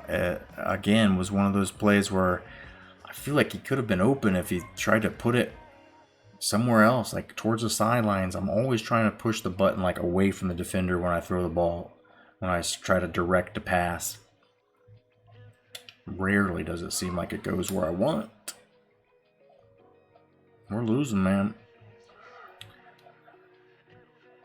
The only good thing about losing and getting down a touchdown is how quick it was. It didn't take that long. They didn't have an offensive drive that, you know, cut us down to 4 minutes to get both scores. Nothing. 7 pass breakups. We've got no sacks either. No defensive pressure today.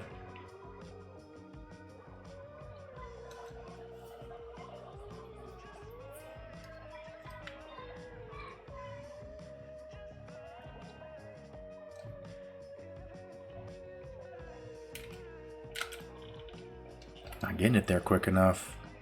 Tally might have had some room to run. Watch for cover 3. Okay.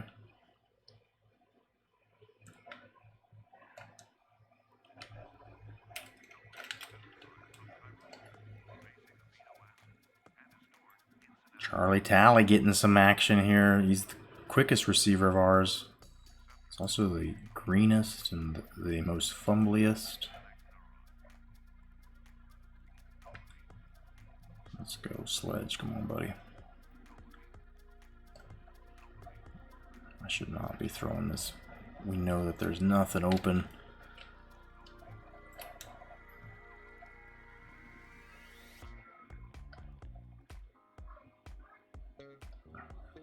Just gotta keep moving quick. That's all we can do. Give ourselves a chance.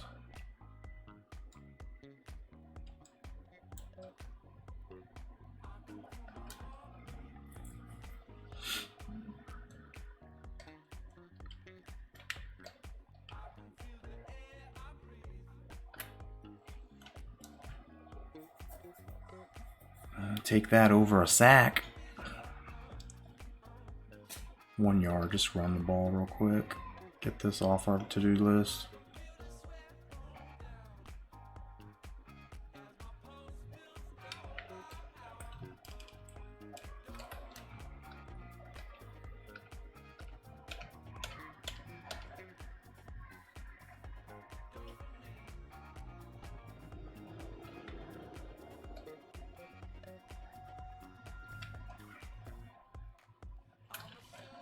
No, that's game. Come on, Baldwin.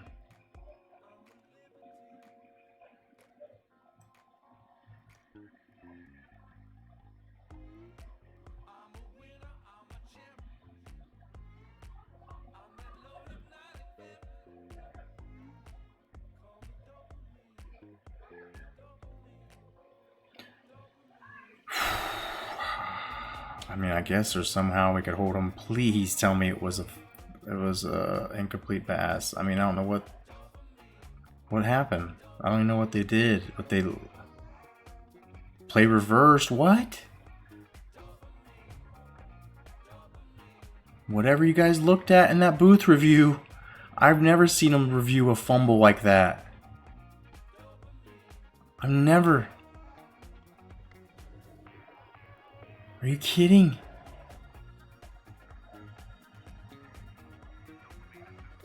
Are you kidding me? A small miracle that we're gonna fuck up and throw and pick. Sledge could have possibly caught that, but that was not how you, that's not what you do with your one life that you're given. Come on.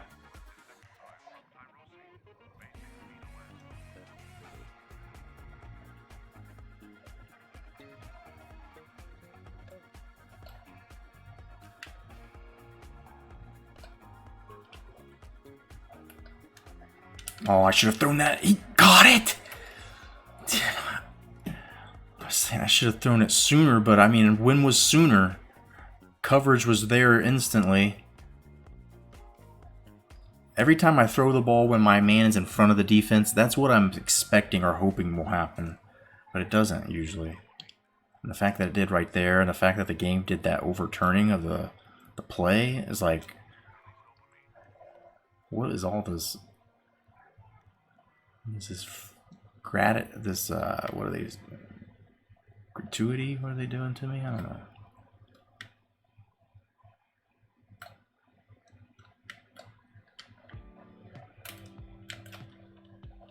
Catch that block for me, bud. 82 is not Washington at wide out blocking downfield.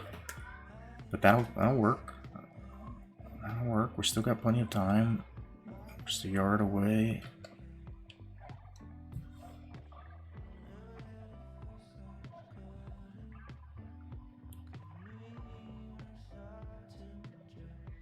See if Washington gets forgotten over here. Yes, and like I pushed it and it didn't throw it, and I had to push it again. It's always a recipe for disaster. That time gets us first down, not an interception like it normally does.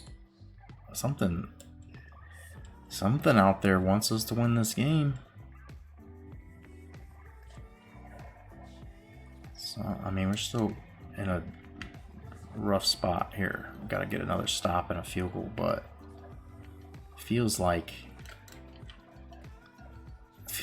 the heavens are helping us a little bit. Just get rid of it. Thank you. That's something that Dixon has not been able to do. When I push the button, it's like, just throw it. Just throw it, dude. Get rid of it.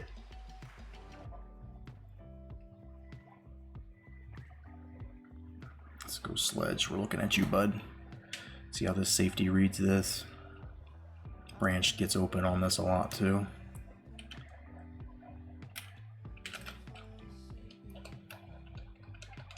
Taking too long, taking too long.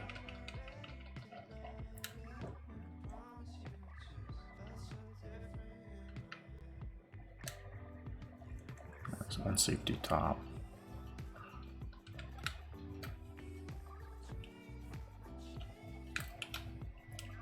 Sledge gets it, baby. Come on. Almost in.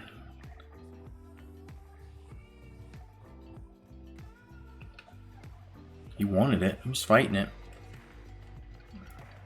Let's go. We can't take too much more time.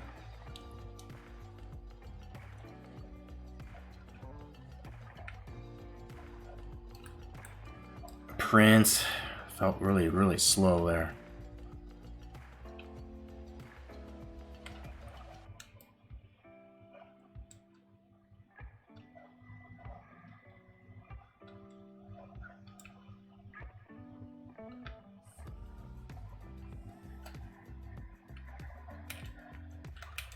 Damn it, I'm hitting RB. Sometimes if you hit it right off the snap, it doesn't fucking recognize it, and that's when I double tap it and get picked off. Sometimes I just get fucking mashed, dude, because we have no pass protection.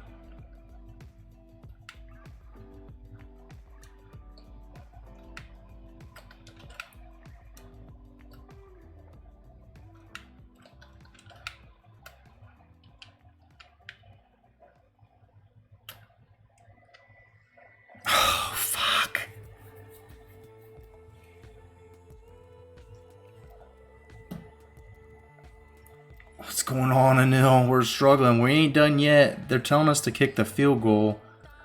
I'm just gonna go for it. We're gonna go for it.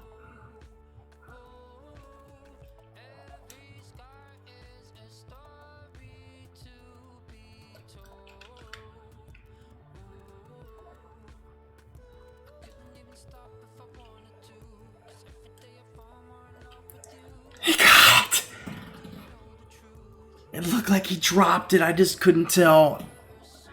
He was open for a half a second. Fucking threw it to him before that safety could read it. Or that backer could move. Just he was too far away.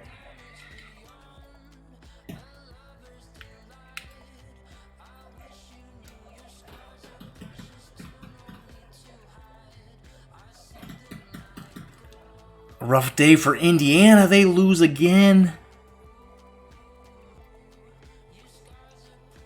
Nebraska's getting some wins here to possibly stay in the Super Conference at the expense of Indiana's championship hopes. They are probably done. They may not win the Big Ten even. Gotta get this defensive stop. You know it. If we can even just hold them to a field goal. They got timeouts. In theory, we'll have a minute and a half or so, maybe more. Things, who knows how this goes.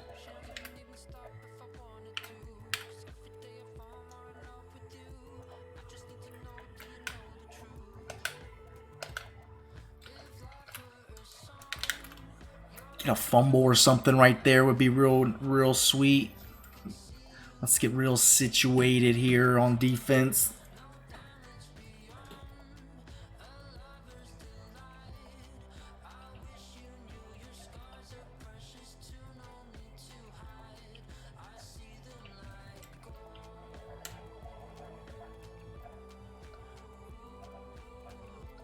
They're gonna run the ball, you think? Try to kill clock? Nope. Oh, how'd that go through my dude's body? They threw that shit right through my defender. Bullshit. I was thinking pick, but expecting it to bounce off his head, and then it just goes through him.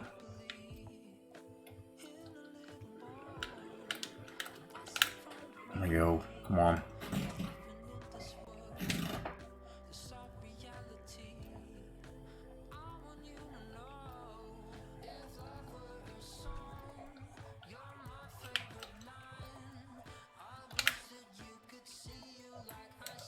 Don't be afraid to fumble it, boy. Come on, baby. Forwarda back there. Got an alligator death roll. Grabbed him. 3rd and 9. Pass, right?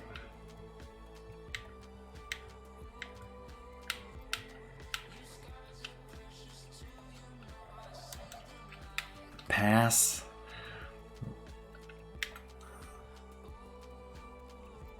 Just protect any kind of screen shit. Are you kidding me? McIntyre?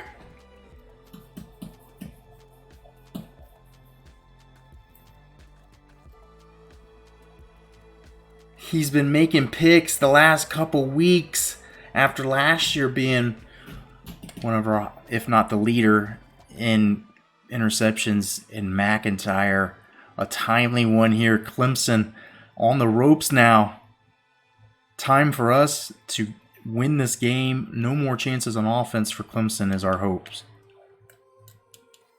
Oh, Prince doesn't get a whole lot. Just need a field goal. We're almost there. 1 or 2 first downs. I know our field goal kicker's shit, but if it's a 40-yarder, I think he can do it. Anything over 40.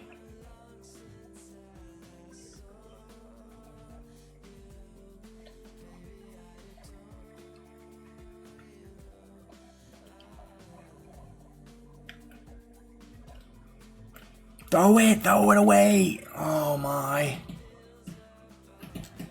Field goal range looks real far. Corey Baker's 6. We got to remember this isn't Dixon back there. This is not. Maybe we should put Dixon in there for that reason.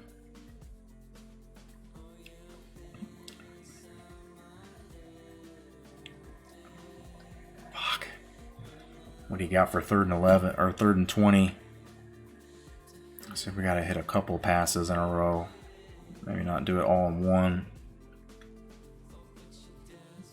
Sledge.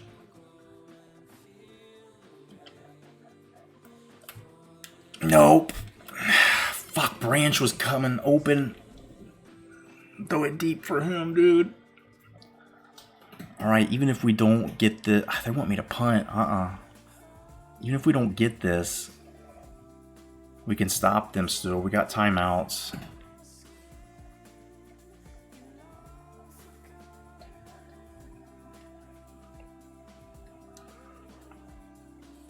They're in man. So we go...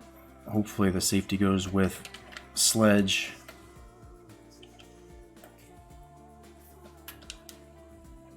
Somebody come up with it. What the fuck? He didn't catch it? What is this? Offensive pass interference, I'm assuming? No!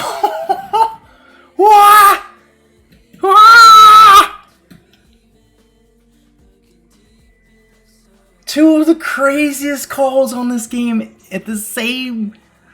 A review of a pass fumble overturned as an incomplete pass, and now defense of pass interference to keep the game alive.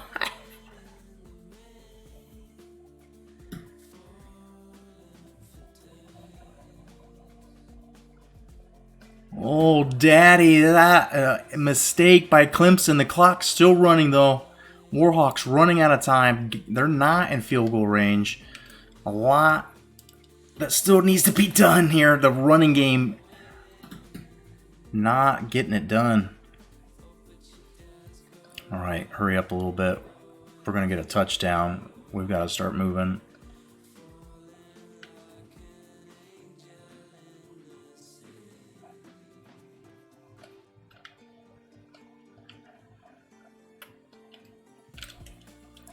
Get loose, big man!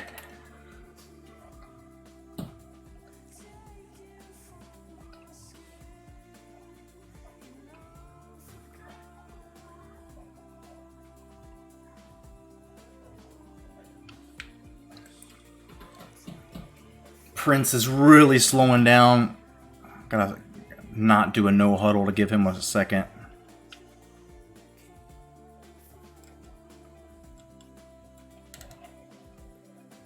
His total yards have evened out quite a bit compared to the earlier differential.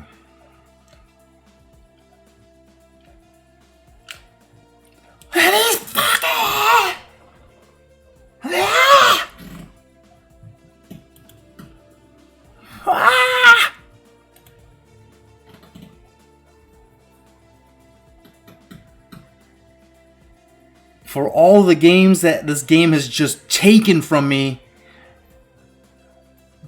they give us...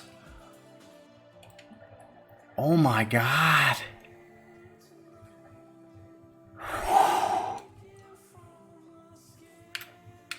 Gotta stop a fucking touchdown with 1:01 to go, but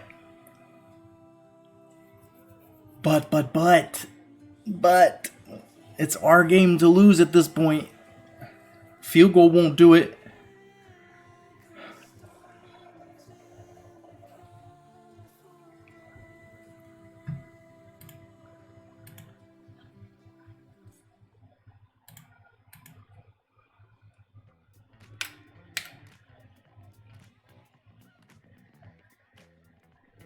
And kicker Daniels got a boot on him. His just accuracy is trash.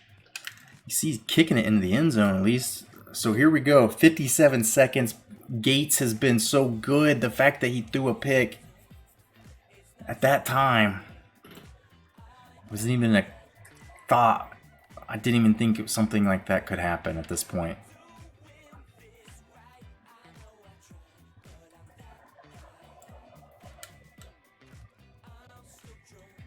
Here we go. Passing down for sure. And we're gonna... Oh, fuck! Damn it. Just as good as a sack. Just as good as a sack. But that could have been the end of the game.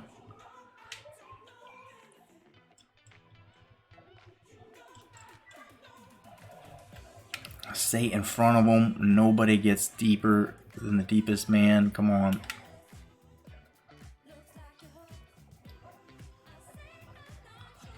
And the defense gets the first sack at a good time. We haven't really run a dime package all game, and we put Manson in the middle, and it's working so far. Spread it out into a dime. Or, well, no. It's going to be a quarter. Fuck us, dude. If we end up losing because the computer picked my defense. Oh, we knocked it out! Getting that first down would have changed things quite a bit.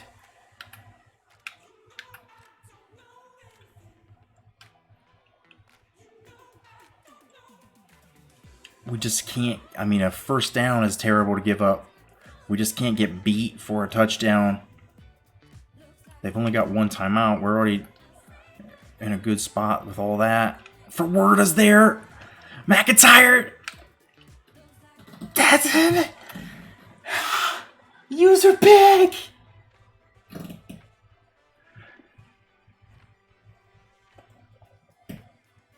Those numbers are inaccurate. That's 0 for 1 on this drive.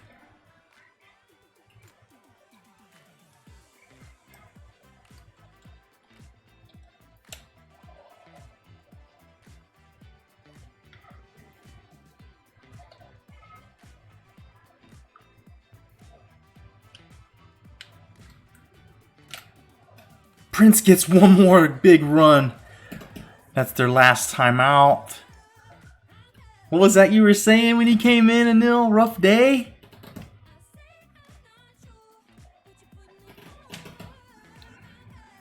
You got here just in time. Turned it around. Maybe it was you, bud. Glad you came in.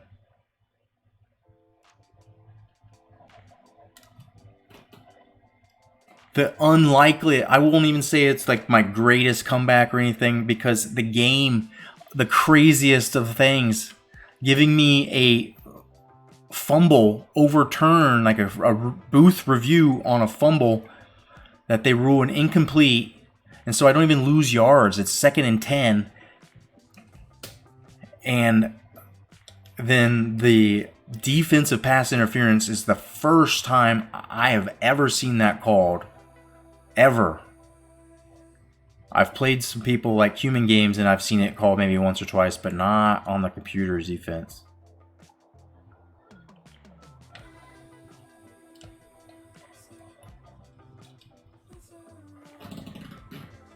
I wanted to get him 100 yards. Come on. Give me one more.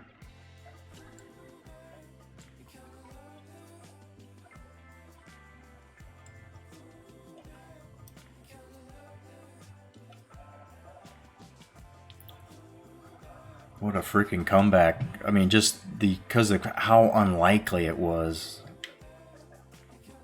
How much, like, absolute ridiculous shenanigans I had to have from the computer to pull it off. Yeah, it's not 4. He didn't even get it.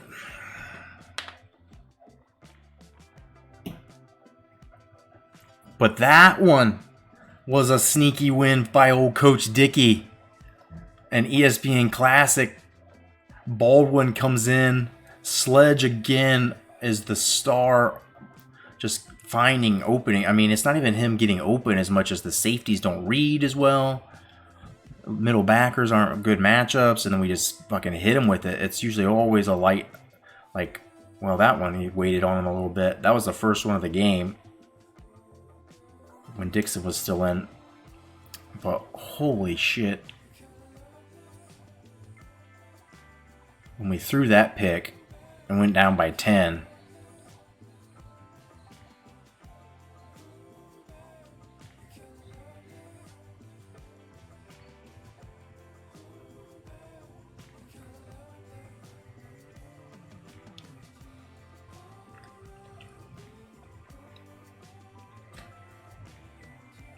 Holy smokes.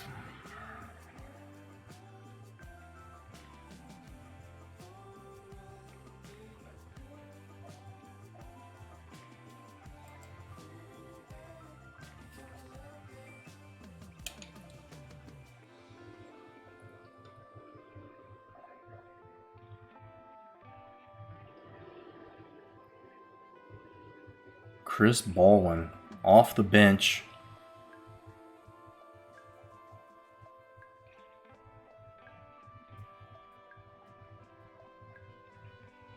I mean, 5 of 14, man, is just too much, right? Baldwin got it done.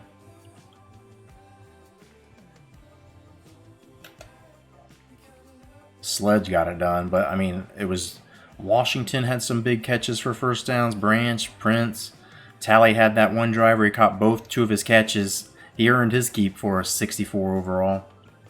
Courtney Lane had the one huge catch.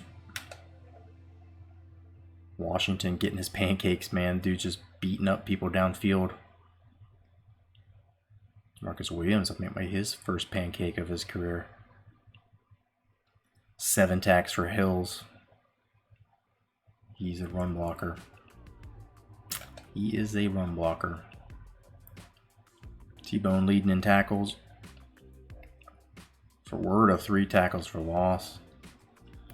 Reynolds gets 2. Only 1 sack, but it came at a good time there at the end of the game. Last possession for Clemson. McIntyre, 2 picks. Out of this world, man. Did not think we were going to do that.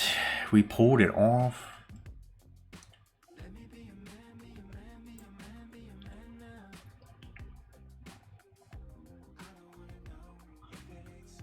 Let's see what ranked game that was on ESPN Classics, because of all the comebacks I've had, that one seemed the most crazy.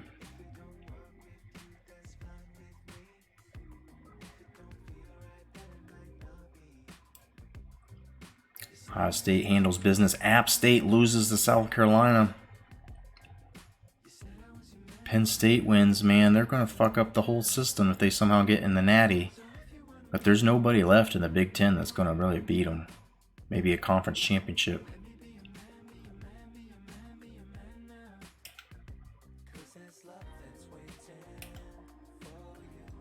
Let's see this scoring difference. 14 in each of the last 2 quarters and held them to 1 touchdown.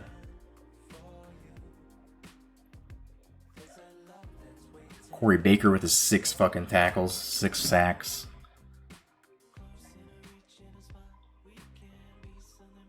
GG, thank you, bub. Whew. We are bowl eligible.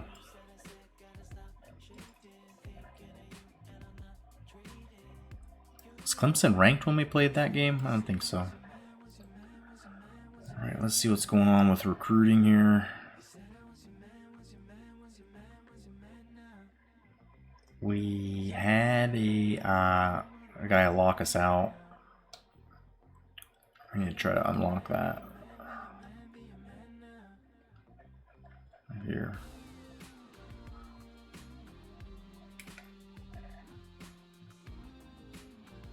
Still got him scheduled for a visit, you know. Open the door. Open the door.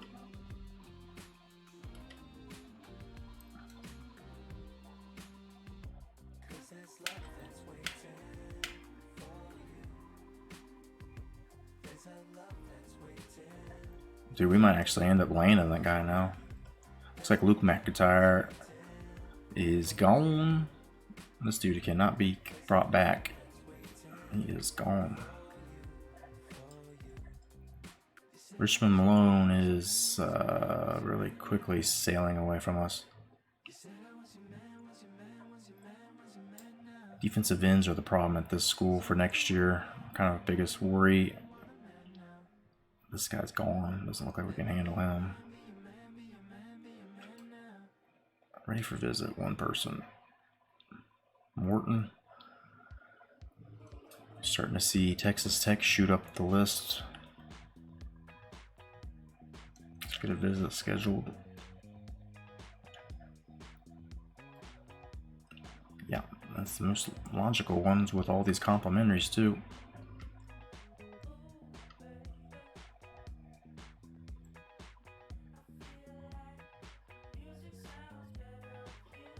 500 possible bonus points. Yeah, boy. I keep talking about maybe giving this dude a scholarship.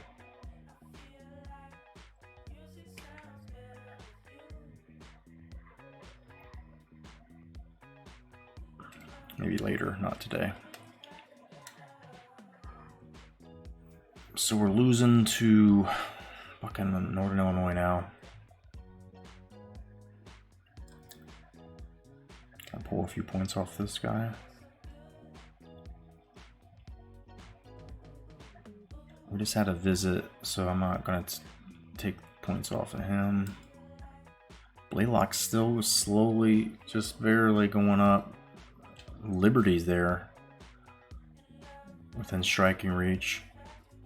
New Mexico could jump back in there too.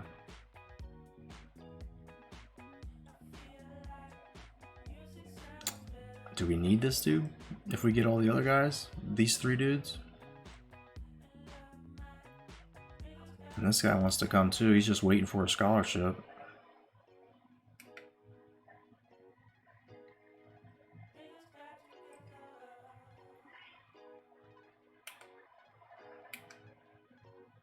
This guy's not that fast either.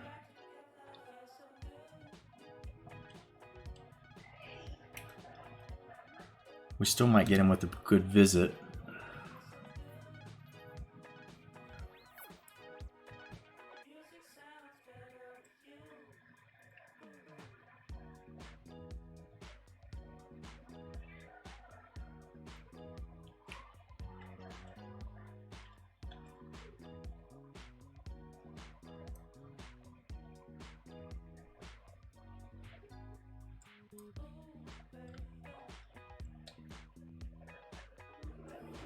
Still going up with this guy. Not by much. Eastern Michigan about to jump us on this one.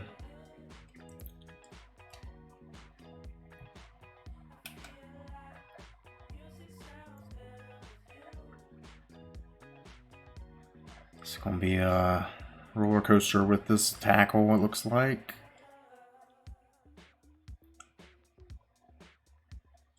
Nothing guaranteed with this tackle either. Couple crappy guards we've already landed. These dudes are worthless.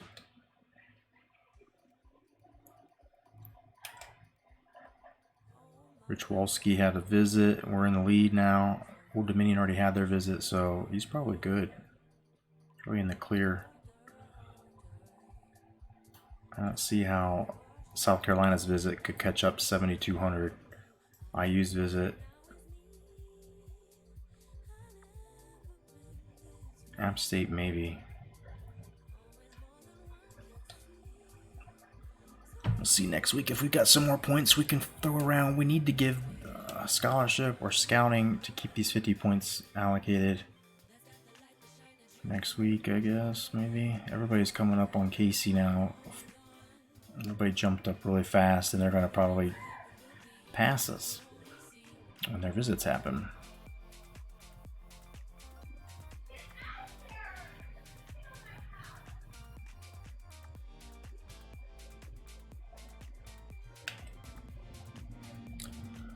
So I guess we give them the rest of our points. No scholarships. Let's see.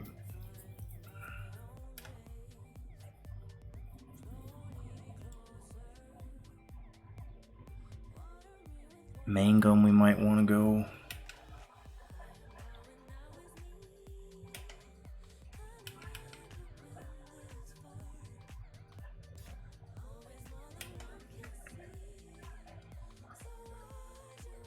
Kerry Clark needs a scholarship as well.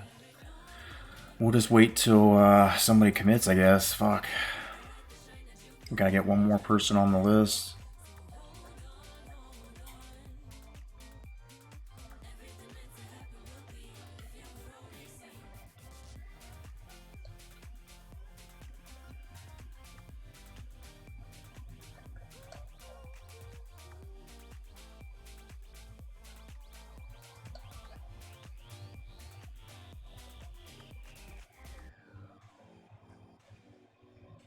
J.J. Brock from Alaska. He's got good speed for a center. Any JUCO?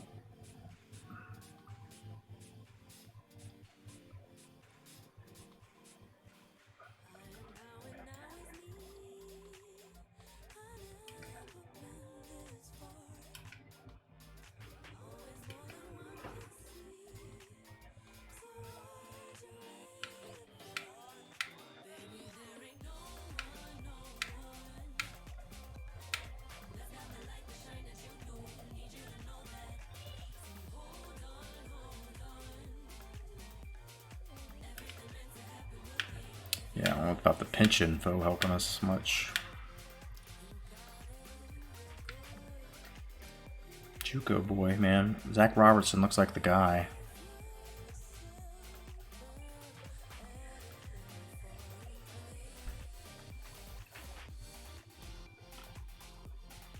I'll check real quick for guards in case there's a JUCO we missed somehow, but usually they're 1-star. They're not one. Never mind. What am I saying?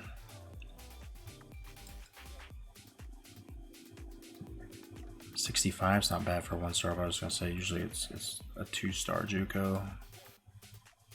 You kind of get lucky. Sometimes you recruit and end up being a 70 or something. Get lucky, you know.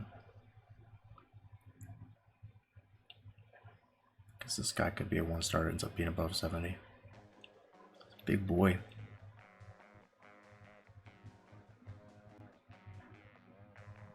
Yeah, it's not bad.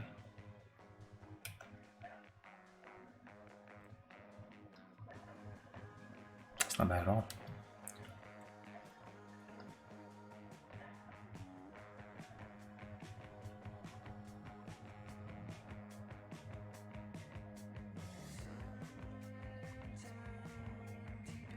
I think we got too many guards. 6 of them.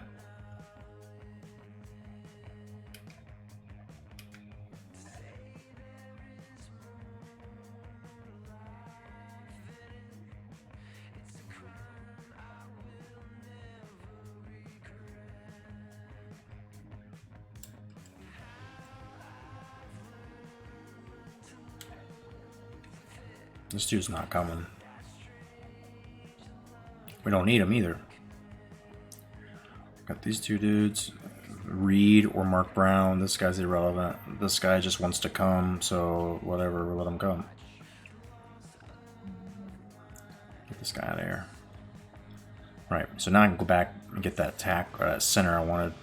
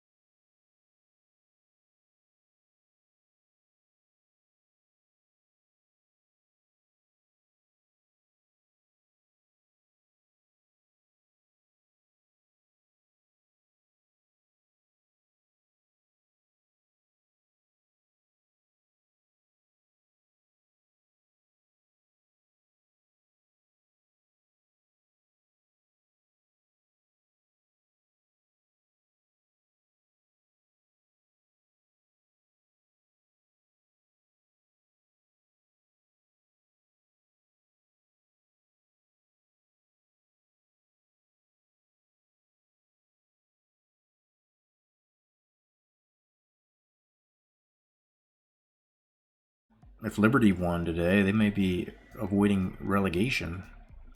Utah 6-1. UNLV's having a terrible year. Wisconsin wins. Minnesota falls out of the ranks. Oklahoma with a very game New Mexico team, but Oklahoma 17th. Utah State is maybe more for real than we thought. Only losses to Stanford. They beat USC pretty bad. Rice wins. UConn. La Tech gets a win. Ole Miss beats Mizzou. Houston wins. Washington State wins. Double overtime. Oh, wait, no. Never mind. Maybe it was. Who knows? 6-1. Colorado State wins. Indiana lost to Nebraska. They're down to 21. Mississippi State keeps on winning. 8-1 now, and they're third in the country. Virginia's 500 team. Georgia State wins. UAB wins. Washington wins. Eastern Michigan wins. Wow, having a good year. Ohio U. Oklahoma State. Penn State's up to 5th after beating Kent State. Rutgers wins. Louisville wins. Northern Illinois beat Oregon. They're up to 12th now. Northern Illinois lost to Michigan a week before that and looked pretty bad, but San Jose State wins. Ohio State keeps on winning. They're up to 14th now. Michigan loses to Michigan State, and now they're number 2. This is by far the craziest years. It's everybody losing, and the teams that are number 1 and 2, and like Utah State being number 2. It's all fixing for us to get ranked, is what I think, and us to be in a BCS bowl. If we don't lose any more games, but that's asking a lot. Wow, South Carolina gets the win. Number 1 in the country with 2 losses. They number 1 in the country, and they might not win the conference because App State could win the rest of the conference games. Fucking craziness. Texas State wins. Auburn wins. Navy's 7-1, 13th ranked. Miami wins. Boise State wins. Cincy's 5-3 and they're at 11th. They're just winning tough games at the right time. Look at them though. Tennessee, up and down season. Stanford beats Hawaii. Stanford looks legit. They're number 6. Kansas is ranked now. They're 23rd, 7-1. Central Michigan wins. Illinois win. Kentucky's 6-2. LSU keeps on winning. Barely gets by Alabama. They're number 10th. New Mexico State loses to FCS. Pitt gets back on the wing track. They're 4-4 and 20th. Like, why am I not ranked then? The 2 teams I have lost to are in the top 3.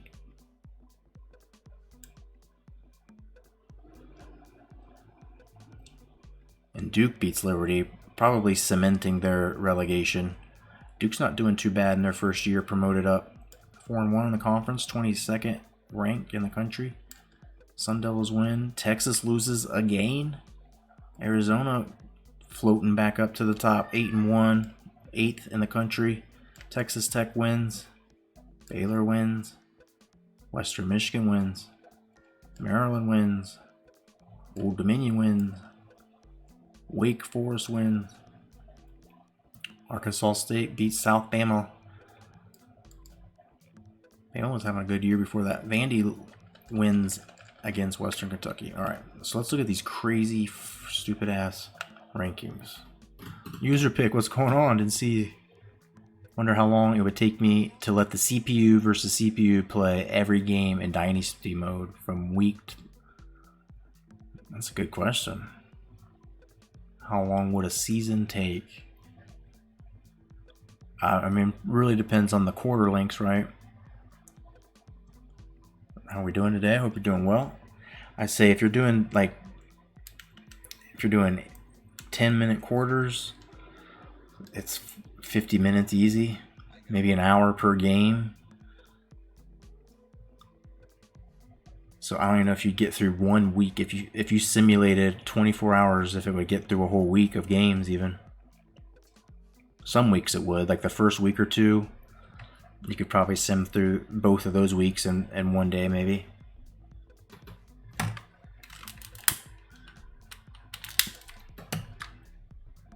But I like the idea. Let me know if you do it. Stream it. Let's look what the top 25 looks like now after absolute mayhem has happened.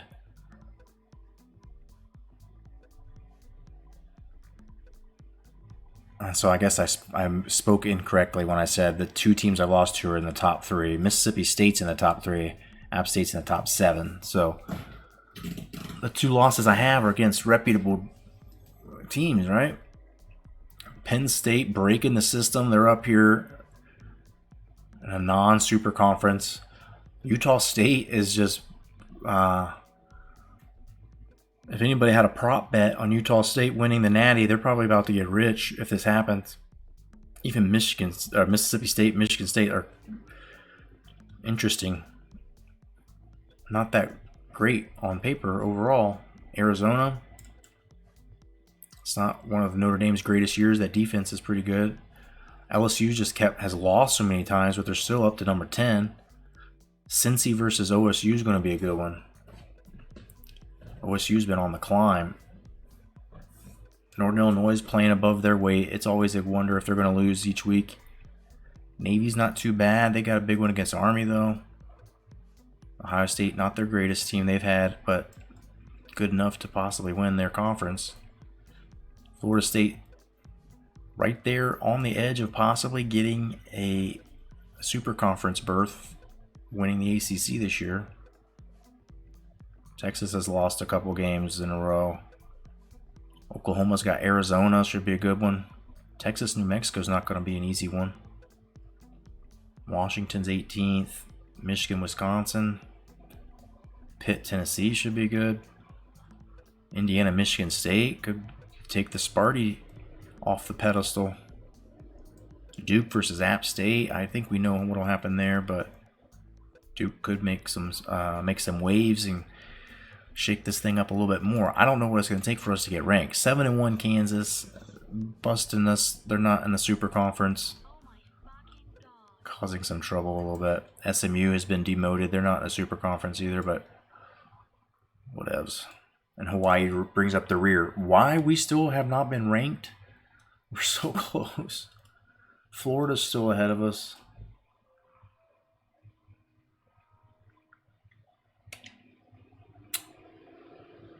We have yet to be ranked since we've been here. This is the latter half of year 2 now. And we're in a good conference. Last year when we ended the season, I thought we should have a ranking going into the bowl game. I wonder if we're in the BCS ranks. Let's see. I think like the BCS has to look on us highly because of the two teams we lost to. Utah State's above Stanford, except Stanford beat Utah State.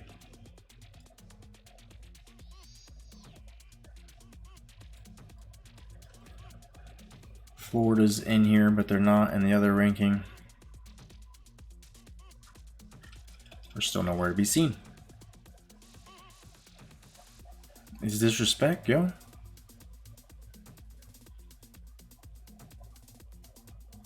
Absolute disrespect.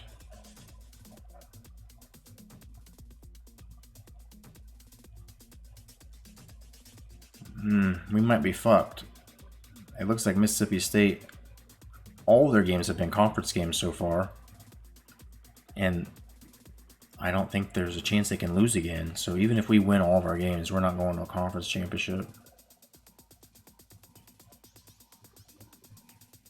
None of these are conference games. It's a brutal non-conference schedule.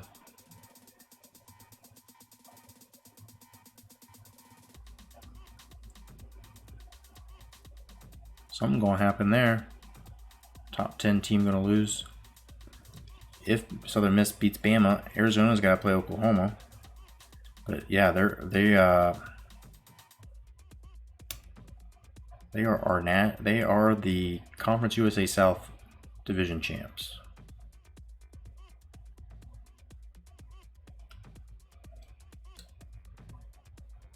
This one's still very much up for grabs. They gotta play each other, don't they? They're playing each other this week. South Carolina just beat App State. They're still in the hunt there. But how did Mississippi State have all 9 of their conference games already?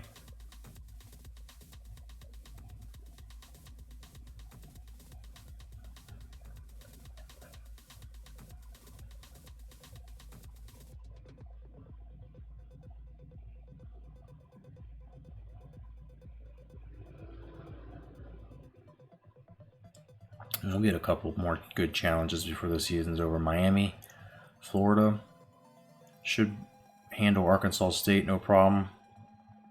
Non-conference rivalry game. La Tech rivalry and conference game. I mean, we're good. We're not going to get relegated. Any of these 4 could.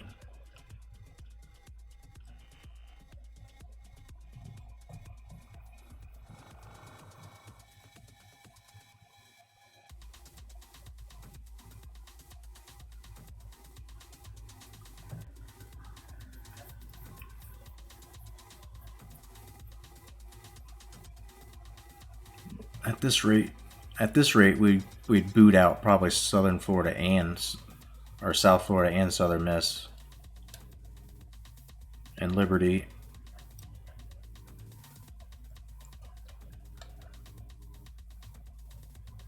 And I guess Army. I mean, Army's not that bad.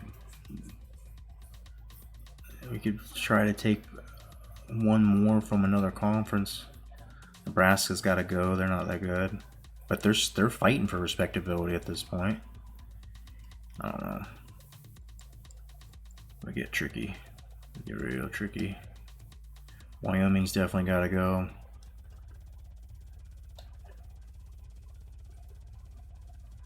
I didn't realize Oregon State was in.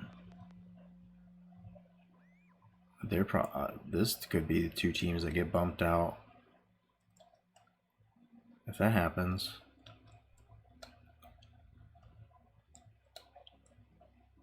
USF would be safe then. 3-6 and 1-6. I don't know, this would be a close call. 3-6 and 0-6. Yeah, it would be a close call, but UCLA is clearly the out. And Oregon State 1-7, they're out. But they do have 1 conference win. Jeez. I want to see who they beat. UCLA. Yep, UCLA's got to go at that point. Oregon State would be going to. I'm rambling here. But you see what the relegation looks like. The relegation system making some of these games that would be meaningless for these teams look a little more exciting. The fact that Kansas might try to come out and get in a super conference is exciting, maybe. SMU was just there last year and could get back in. Penn State could get their first taste of super conference. They feel like they deserve it. They got to probably play Illinois in the Big Ten Championship. Or maybe Ball State.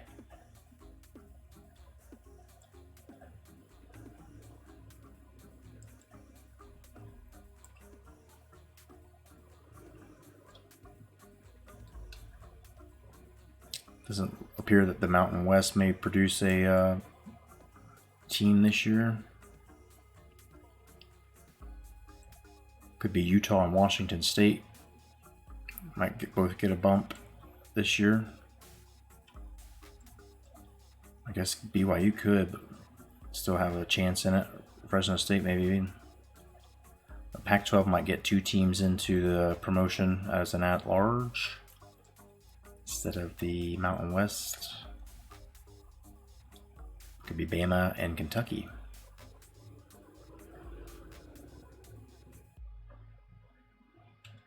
Missouri's not too bad. They still got a chance, possibly.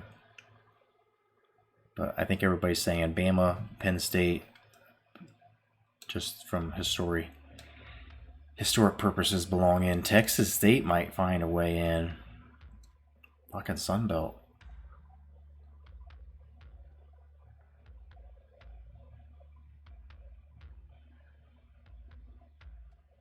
Georgia State. It could be an interesting year when the relegation promotion committee meets to discuss what to do with the Sun Belt champion this year. Texas State's not doing too bad. They would deserve the chance. But with the year where the Mountain West is not going to give us a team, it would seem like it would make sense to maybe take an Arkansas and a Bama.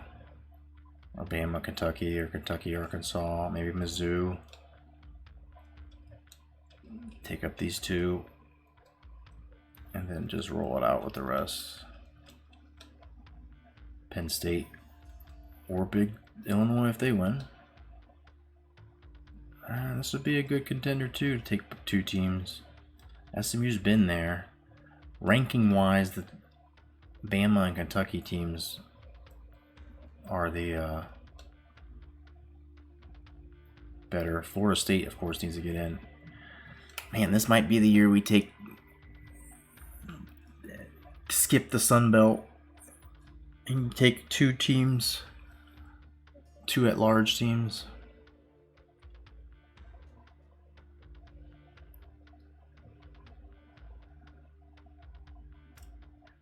BC probably deserves a chance. Florida State definitely. Those teams are probably a better rating than the SEC teams. Kentucky at least. Outside chance that somehow Louisville gets in. Who knows? Is Florida State and BC in the same conference? Or division? No. So it looks like they may be headed for each other.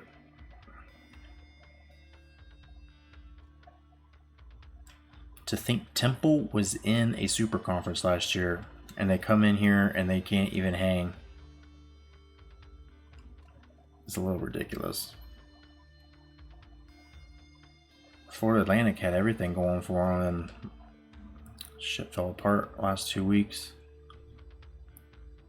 Florida State not too bad, Georgia Tech's not too bad, BC's not too bad, so they might continue sliding. But yeah, just rambling now. I think I'll try to stream, like I said, back on normal time here. Either super late night Eastern or super early Eastern. 420 being the aim, somewhere in there. But until then, one viewer, which is probably myself. Thanks so much.